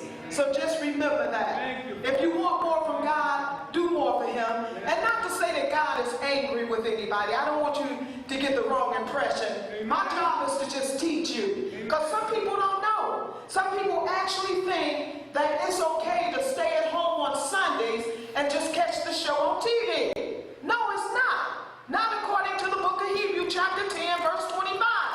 God said, do not forsake the assembling. And that's what we're doing today. We're assembling here to worship and to fellowship. Worship the Most High God. So brothers and sisters, I want you to remember that. And I also want you to know that wasn't a part of my sermon. That's something God dropped in my spirit. It's something he dropped in my spirit. My topic for today is, no weapons that are formed against you shall prosper. I want you to know that when people deliberately try to do you harm, I want you to leave them in God's hands. Amen. I want you to tell God all about it. See, I run to God in a minute. I say, Lord, so-and-so did this to me. Father, I need you to handle that person for me. I don't need to handle that person. Then I have to give account of what I did, what my actions were. Amen. Oh, I used to hear my grandmother. You remember that? Yes, yes. She used to always say, let the Lord handle it. You know, when you're growing up and when you're young, you don't really understand that. Yeah. When somebody deliberately do something to you, it's a natural instinct to want to retaliate. Yeah. She used to tell us all the time, let the Lord handle them. And you know how youngsters think, oh no, they do something to me, I won't do something back. But that's not the way to handle it. Amen. Grandma was actually right. You know, you learn different things as you grow along. Amen. With age comes what? Start with a W? Wisdom. And that's the part of wisdom when you put that person in the hands of God.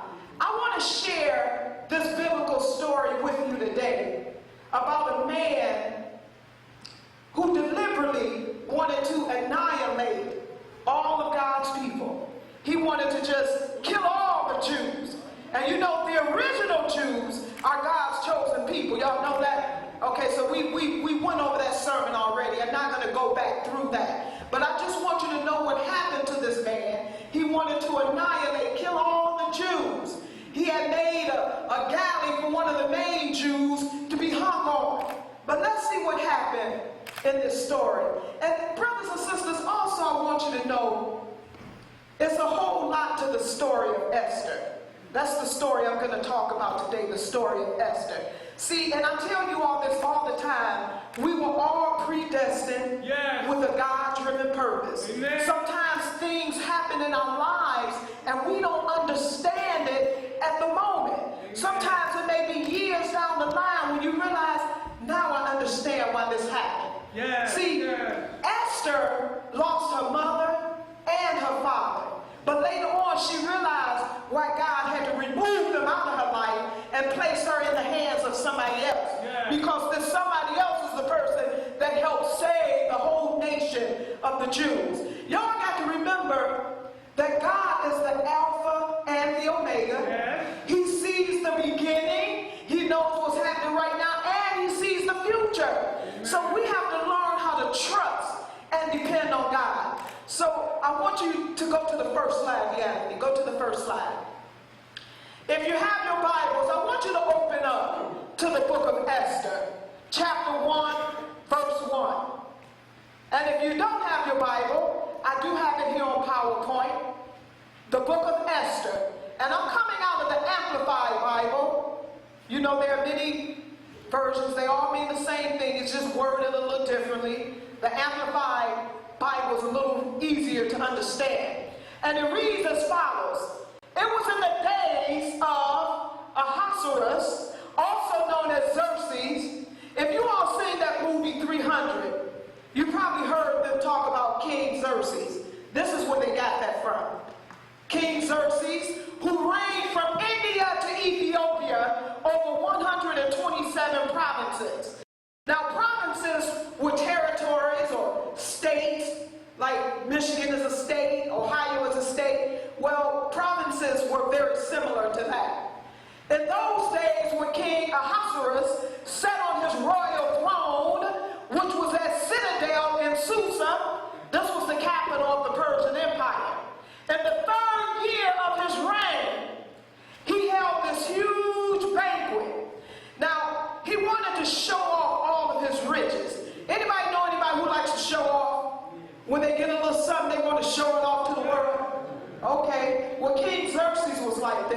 you know, being the king, he was rich. He had a whole lot. So he wanted to show off all of his wealth. So he invited individuals from all 127 of the provinces to show off his wealth.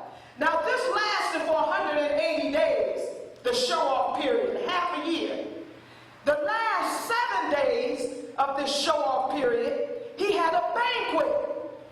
And the last of the 7th day, he really wanted to show off his most prized possession, which was the queen, Queen Vashti.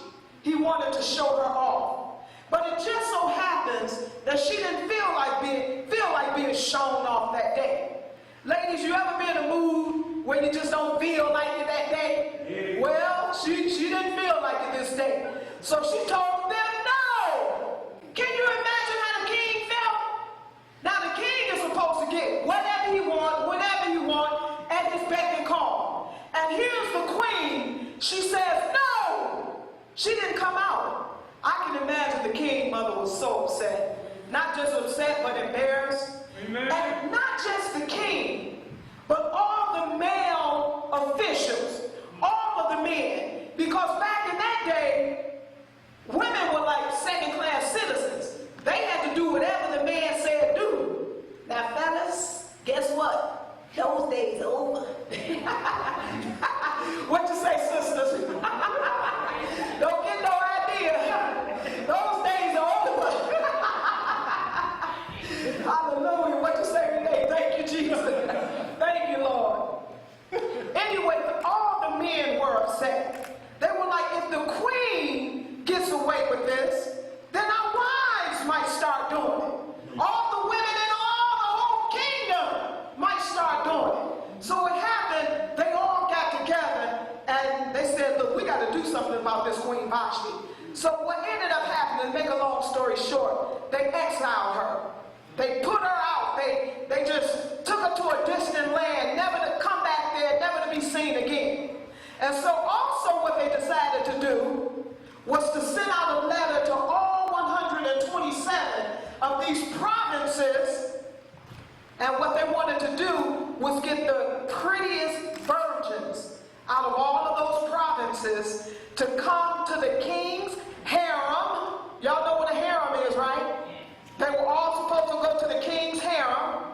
And for a couple of years, they were supposed to receive beauty treatments, etiquette treatments, how to treat the king treatments, and all of that. Well, there was this little Jewish girl who was among the ones who were chosen. And this little Jewish girl's name was Esther. That's where the book of Esther came from. This is who also was chosen. Now, brothers and sisters, I'm fast forwarding because I don't want to read all of this. I'm fast forwarding. She had a relative named Mordecai. Let me tell you about Mordecai. Now, Mordecai was a relative of her mother and father. Her mother and father who had died. Now, when did they die? They died during the time that King Nebuchadnezzar and the Babylonian Empire had come and taken control over Jerusalem. Remember I told you that story? They ran all the Jews out. That's how those new Jews came in and took over our identity. Those ones who are over in Israel now. Well, I'm not going to go into that story. I'm just giving you a little background.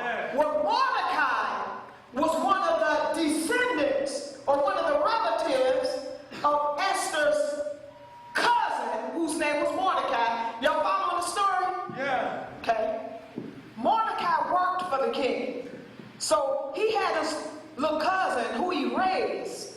He was a lot older than she was. But see, it was in the master's plan for him to raise her because he worked for the king. And I'm going to speed it up a little faster. There was another gentleman who worked for the king. His name was Haman. Now, Haman had been elevated, given a position. Y'all know anybody who, when they're given a position, it goes to their head? Yeah. Anybody know anybody like that? Yeah. Anybody ever had a boss who shouldn't be a boss because they were just too bossy? Amen. Way too bossy. Anybody had a boss like that? Amen. Well, Haman was like this. He wanted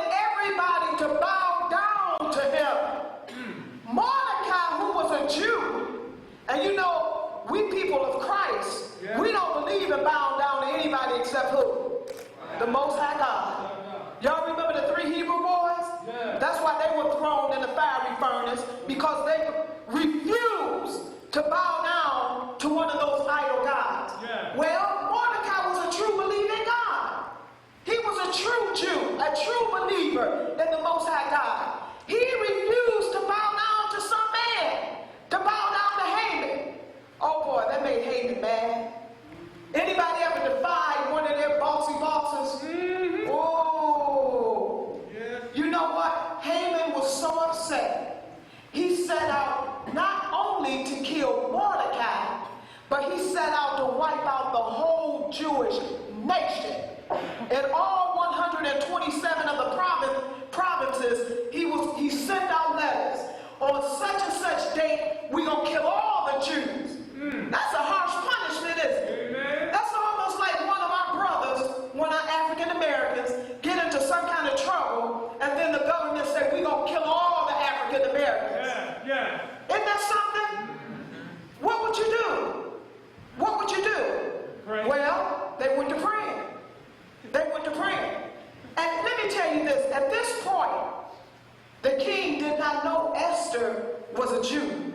He did not know that at this particular point. Mordecai got word to her and told her that this Haman was going to just kill all the Jews. Kill them all. Wipe out the whole nation of them. And so she had to go to the king. She had to go, and she risked her life going to the king. Number one, she went to the king without being summoned to him. And anybody who did that would automatically be killed, even the wife. It's almost like you had to make an appointment to see the king, and if you just pop up and see him, you can be killed. So she took a chance. She didn't have time to wait to be summoned, get an appointment to see the king. So she went to him, and she told him that Haman was planning on harming her. And of course, he was furious. Somebody gonna harm my wife? Then she had to tell him that she was a Jew. And she had to tell him the whole story. But see, God had fixed it like that. Think about it. God has a plan for all of our lives. Yeah. All of us. Yeah. Esther had no idea when she was first born that God would use her as a tool to save the whole Jewish nation. She had no idea. You have no idea what God has in store for you. Amen. That's why I tell you all the time to seek and pray and ask God what your God-driven purpose is. See, most of us go a lifetime and not even fulfill our God-driven purpose. Amen. Esther had no idea when she was a little girl that she would be the tool that God would use to save a whole nation of people. Think about it. Who is God using now to save our people? Think about it. He might be using you. You just never know. Amen. You never know what part you play in God's plan. Amen. God is the master planner. He's the Alpha. He's the Omega. He's the beginning. He's the ending. He's everything. That's why you have to stay in constant contact with him. Yes. And you all know my story. 10 years ago, I never thought I would be up here preaching. Never. But see, God had a plan for me. Amen. He's got a plan for you. What is God's plan for you? Something to think about. Don't go a whole lifetime and not know what God's purpose is. Amen. Not know what his God-driven purpose is for you. Y'all know y'all do have a purpose, right? Everybody. Are you seeking and asking God, Lord, what is my purpose in life? How can I help you with this movement? Because there is a movement. There is a spiritual war going on, brothers and sisters. That's why it's so chaotic out there in the world. That's why people can just kill you and think nothing of it. There's so much happening out there in the world. Y'all do know that there are demonic spirits out there. And sometimes they'll whisper stuff in your ear and they'll make you do things. If you get one of them little whispers in your ear, if it's not something good, you know it cannot be of God. See, a lot of times our children, unfortunately, do what they see other children do. And that's so unfortunate, because if the other children are doing something wrong, then the kids tend to think it's right. That's why we have to step up as grown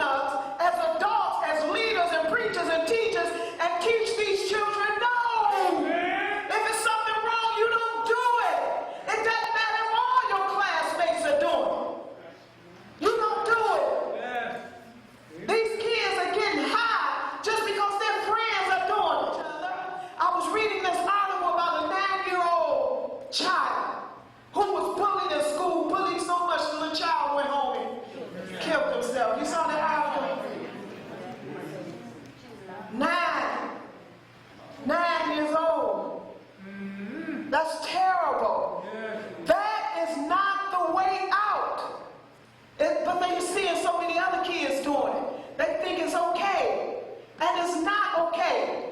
And my baby here, Samantha, she's going to start speaking. She's going to have a speaking engagement at King High School and maybe some of the other schools where she'll speak on suicide. She'll speak against the children doing it. She said if she can help save somebody else's baby, then her living ain't in vain. You know, ain't that beautiful? Ain't that beautiful? That's beautiful. See, and I told you in a sermon a couple of Sundays ago, whatever has made your heart heavy, whatever has made you cry, that's the seed you plant into somebody else. That's the seed. That's how you're healed. That's how your heart gets healed. If you have ever been a victim of police brutality, then how you heal that wound, you go out and help somebody else who's being a victim of that. That a group called So Sad. This was a group of mothers who were grieving because their sons, mostly, and some daughters, had been killed. And one of the ways that they found healing was that they formed this group. It was a grief counseling, and then they went out and helped other people, other mothers who had suffered the loss of children. They helped them, and in the process of helping them, it helped themselves. It helped them mend that wound in their heart. If you've ever been a victim of molestation, then I want you, if you know somebody else who's gone through that, or who has gone through that, you reach out and help them, talk to them, and see what God heal your heart. That's how you get healed. You reach out and touch somebody else. See, somebody has taught all of us how to be very selfish. God is not selfish. God is love. Had God been selfish, he would not have allowed his only son, his most prized possession, to die the worst death possible. Amen. That was the sacrifice for our sins. Amen. Jesus had never done anything. The only person to ever walk the face of this earth who was without sin. Amen. And he's the one who died for all of our sins. What sacrifices are we making to help somebody out? Amen. We got to get out of self, brothers and sisters. You will not be blessed if you only think about yourself. Amen. See, in my prayer, I always ask God to bless me to be a blessing to somebody else. Amen. That's the key to you being blessed. Amen. Stop being selfish. Thank you, Jesus. I hear people all the time, I ain't thinking about nobody but me and my kids. Amen. Amen. Can't do that. Then you're not of God. If all you think about is you and your kids, amen, you ain't of God. Amen. And I'll be the first to tell you that. Amen. Your blessings will flow when you reach out and help somebody else. Amen. That's the God's way of doing it. Amen. Man brought this selfish stuff on board. Amen. God is not selfish. And then we as African Americans, sometimes we can be the most selfish people in the world. Amen. You know why? Because we've been trained that way. Back in slavery time, they instilled that in us. Yeah. They instilled divide and conquer into us. Amen. They broke up families, divided families, did all they could. But you know what? I like that song Rebecca sang. It's time to break that chain. Yeah. It's 400 years later. It's time to break that chain and keep moving on in the name of who? Jesus. Jesus. Keep moving on in the name of Jesus. See, sometimes we want to use the excuse, oh, I'm a black man and it's hard in this world. Yeah, you're a black man, black woman. I don't know where this is coming from. This wasn't part of my sermon, but obviously God uses somebody to do that. Somebody.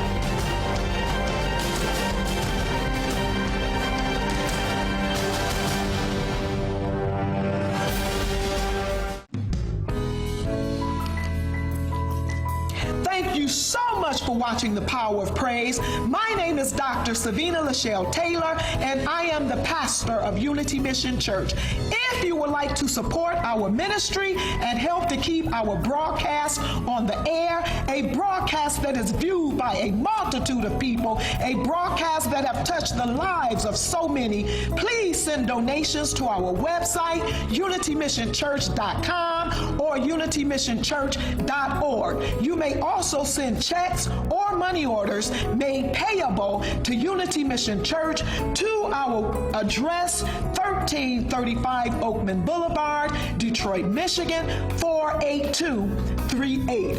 When you support this ministry, brothers and sisters, you are actually assisting us with supporting the community. We assist with feeding the hungry. We support families with social and economic needs. We provide jobs. We provide a multitude of after-school programs. Our theme is unity in the community. You may send your donations to our website, unitymissionchurch.com or unitymissionchurch.org, or you may send your checks or money orders payable to Unity Mission Church to 1335 Oakman Boulevard, Detroit, Michigan, 48238. We also cordially invite each and every one of you to our Sunday morning service, which begins at 11 a.m.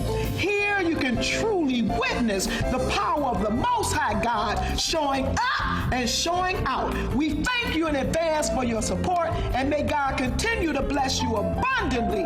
In Jesus' name, amen. Once again, if you are looking for a great dentist, if you're looking for painless, superb dentistry, I want you to come to Coney Gardens Dental Center, 2 locations. The first one is the East Side location, located at 2430 East 7 Mile Road. Hallelujah, we have a great staff there. Again, 2430 East 7 Mile Road. That's Coney Gardens Dental Center. And the phone number is 313-893-9310. Again, 313-893-9310. To be able to meet people from different countries enriches our lives. Wine County gave me so much, my degree, who I am. The college supports you to grow. They have the different campuses. I'm like, I can try this. Makrit Shonga, Ethiopia. Sandra Gonzalez, Mexico. Arminalda Carrick.